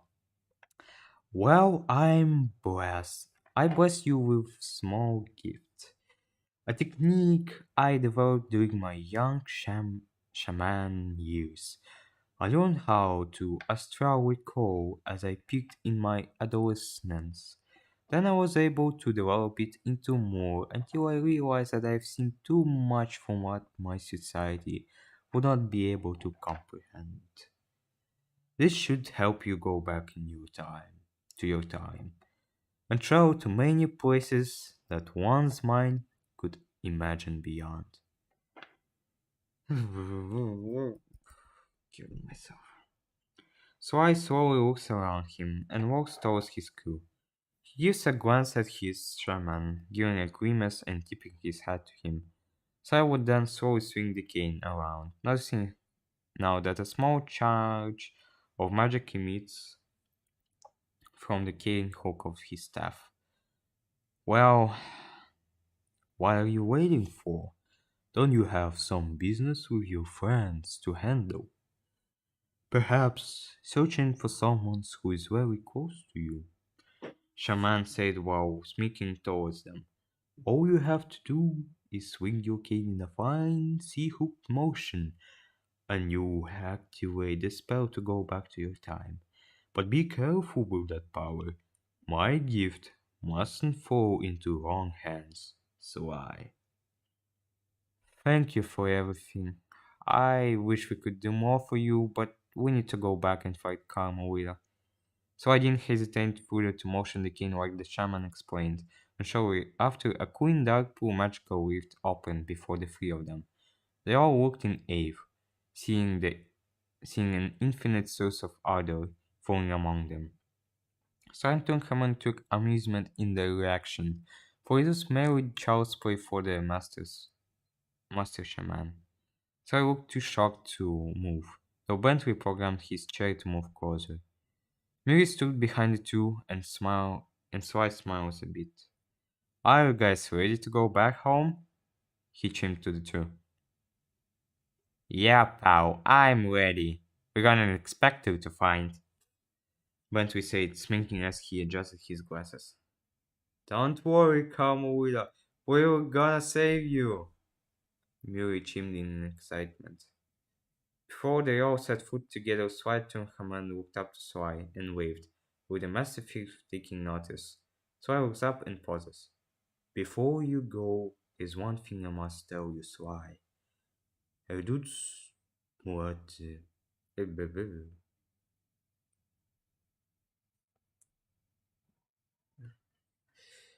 Reduz moraretiu quinta. Quinta. What? With the master thief taking notice of the furious message, he nods as he approaches the blue sea portal with his pals. Don't worry, a good friend of mine has been keeping a good eye over our legacy, ancestor. And don't worry, Kamura, we're gonna find you and I'll set everything right. As they approached together, the three were sucked viciously, just like Kamura did. The screams of surprise were heard, yet quickly turned silent as the portal door closed. The portal dissipated into the air. The shaman smirked a little bit. Я сам в шоке. Сколько может человек выиграть? Пока оно не кончится.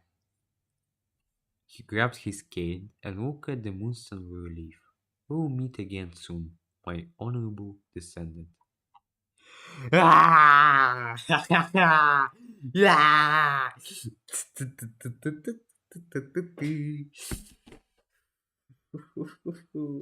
Тебе заплатили хотя бы? Ну, так-то да.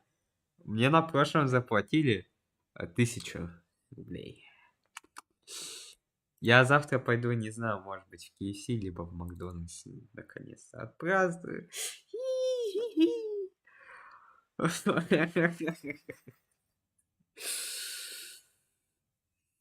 Ладно, последняя. Последняя.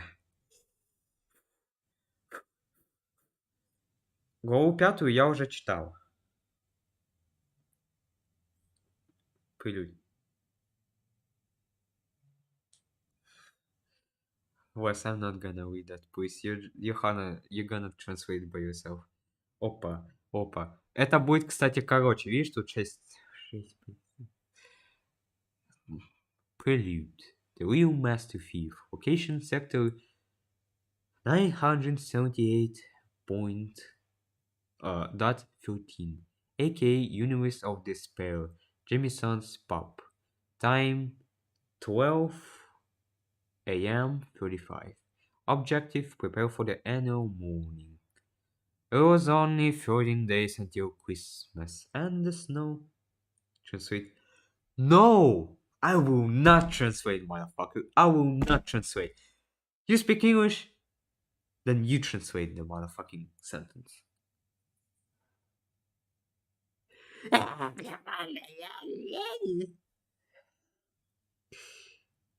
It was only 13 days until Christmas, and the snow was now starting to fall within the busy city of Paris.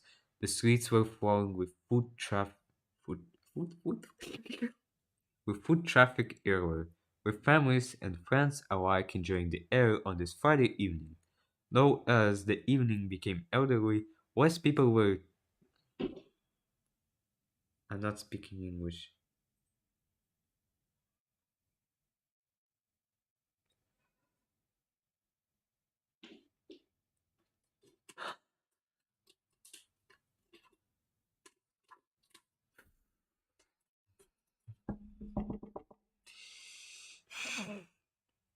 Walking after midnight.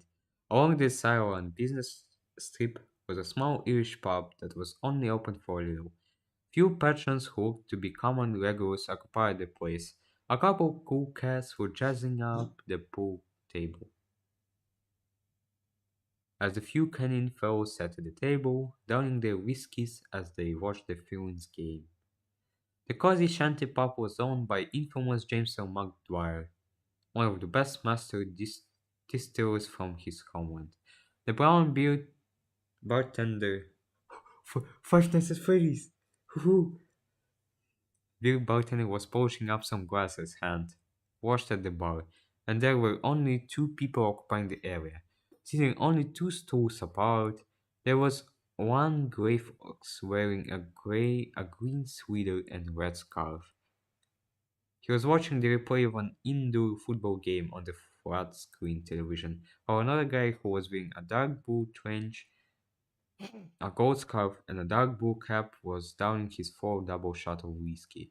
Jameson looked over at the blue patron and slowly walked over. It's almost like you're not.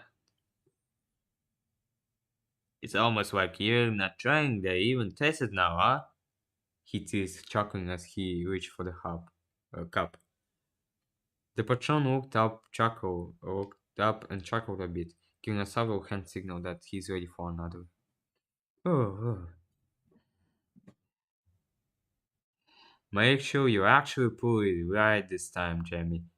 That one felt a little short, he replied, adjusting himself in a zone. I will have to read this.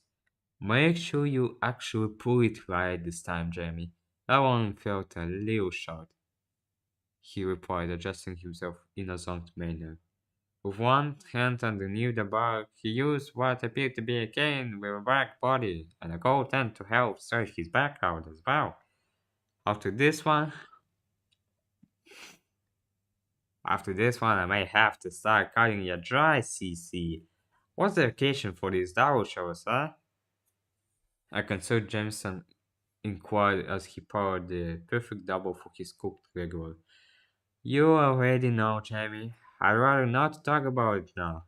But I gotta get through the next couple of days before I have to see, the old lady, he said while chuckling a little bit. Ha ha ha. Pulling out a dark brown pipe that had a fresh pack of sage tobacco inside. Sissy pulled out his gold matchbook, plucking the perfect match and made the perfect stride, lighting his tobacco, pouring the smoke into his lungs, drawing it out through the nose. Jameson allowed smoking in his pump, which is one of the very rare places in Paris where you can smoke inside. The gentleman at the bar who was watching the game started to cough a little, looking over at CC in disgust. Jameson served the perfect double for the smoking CC, and he sipped his whiskey this time. The Grey Fox became annoyed with this and cleared his throat aggressively. Excuse me, can you take that outside, please? CC looked over at the guy, taking his cap off to reveal his smooth cut. The Poseidon glared his glassy eye to the Grey Fox and sneaked a bit.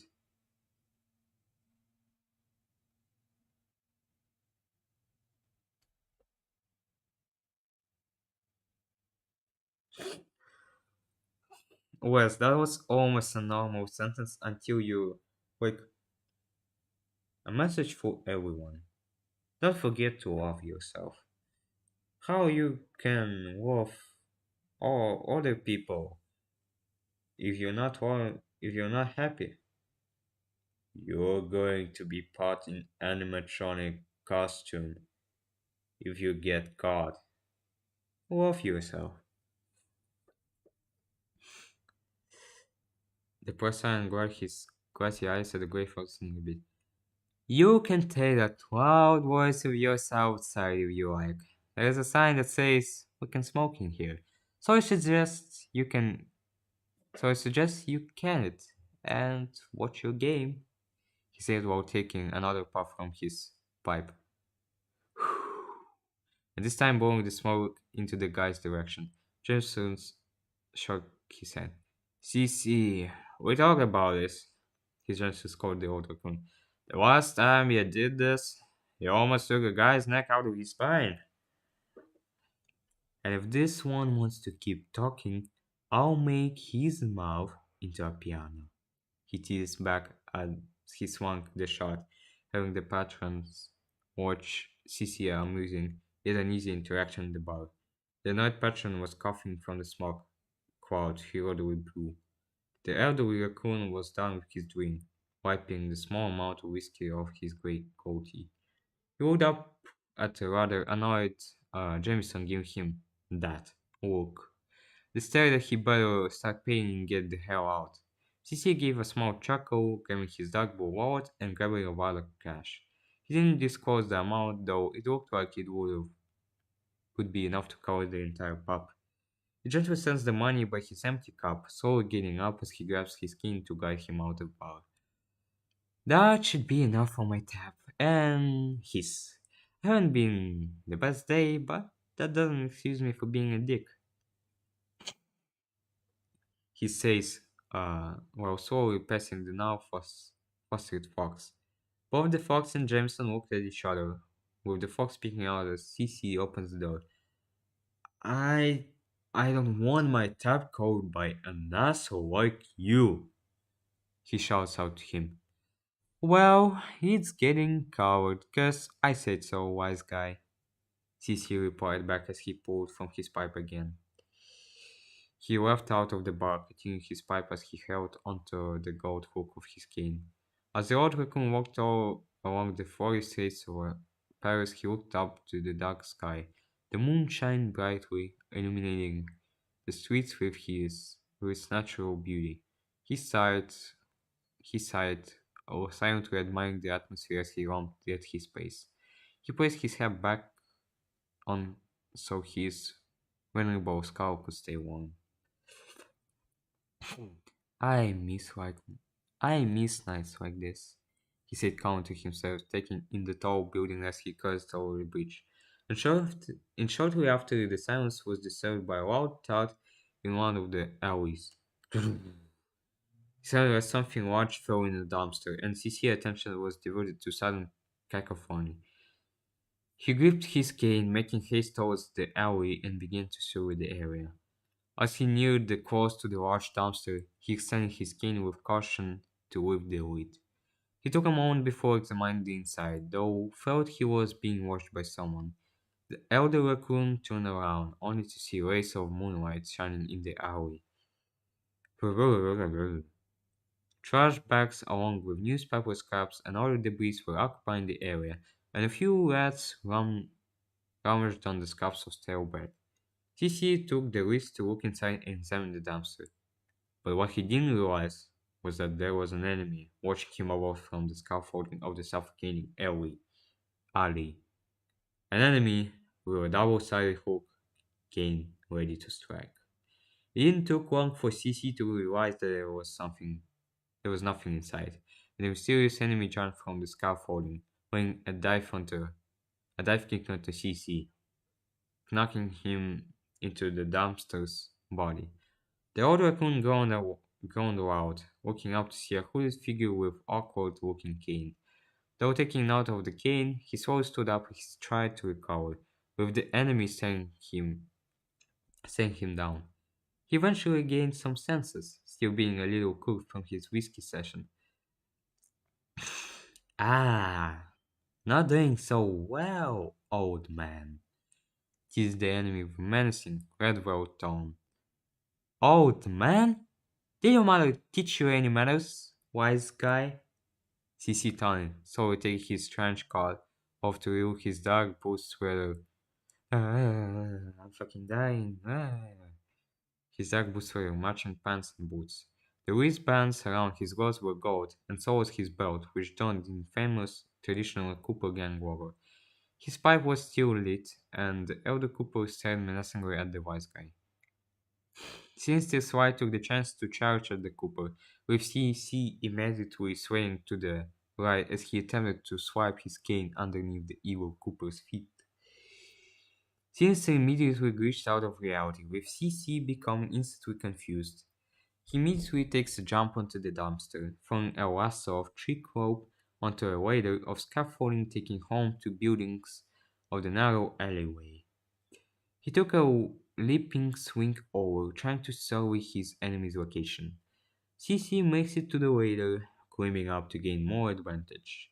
And to his instantaneous chagrin, Sinister Sly appears from below and grabs CC belt with one of his hooks. He was suspended by his cane, and the instant pulling weakened CC grip. Wait, I was using the fucking wrong thing all the time.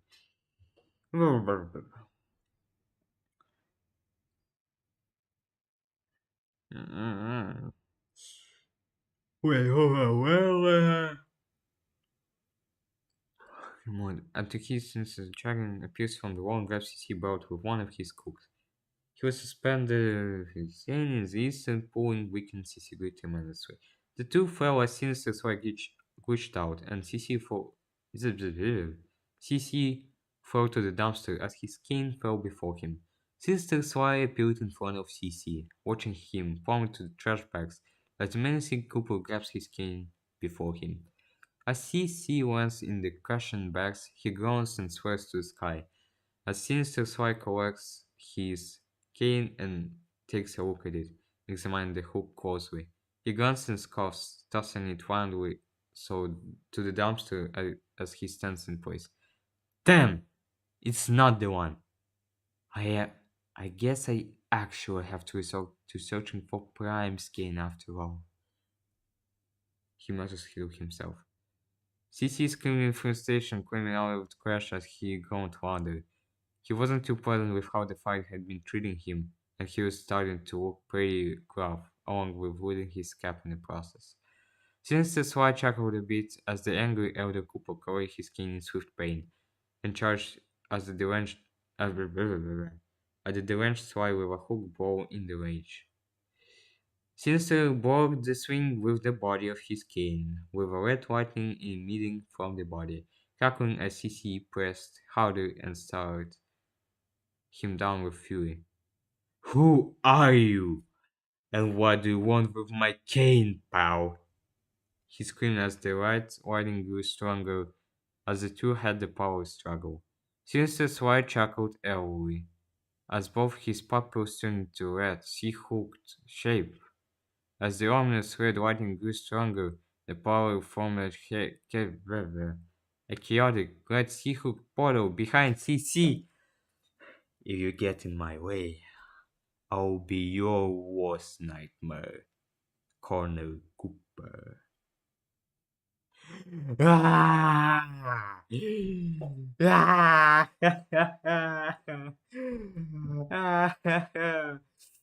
Ah!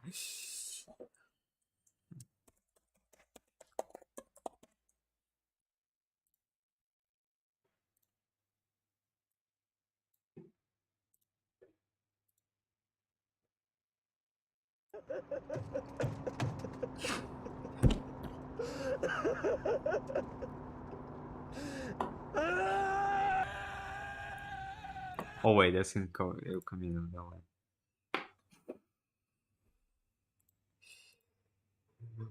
Ah! Alright. Have a good night, everyone.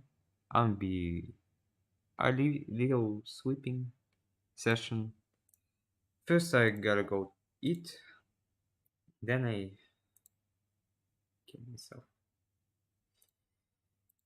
Okay, before I go, I should watch. You should watch this. If I chop you up in a meat grinder, if I chop you up in a meat grinder, and the only thing that comes out that's left of you is your eyeball, you're probably dead. You're probably going to, not you. I'm just saying, like, if somebody were to like push you into a meat grinder, and like one of your finger bones is still intact, they're not gonna pick it up and go, well, see, yeah, it wasn't easy, it wasn't that, it wasn't an instant kill move. You still got like this part of your finger left. If I chop you up in a meat grinder. Okay, stop, Jeremiah. I don't want to be in a meat grinder. Alright. Everyone, have a good day. As for me, I'll have a good fucking night.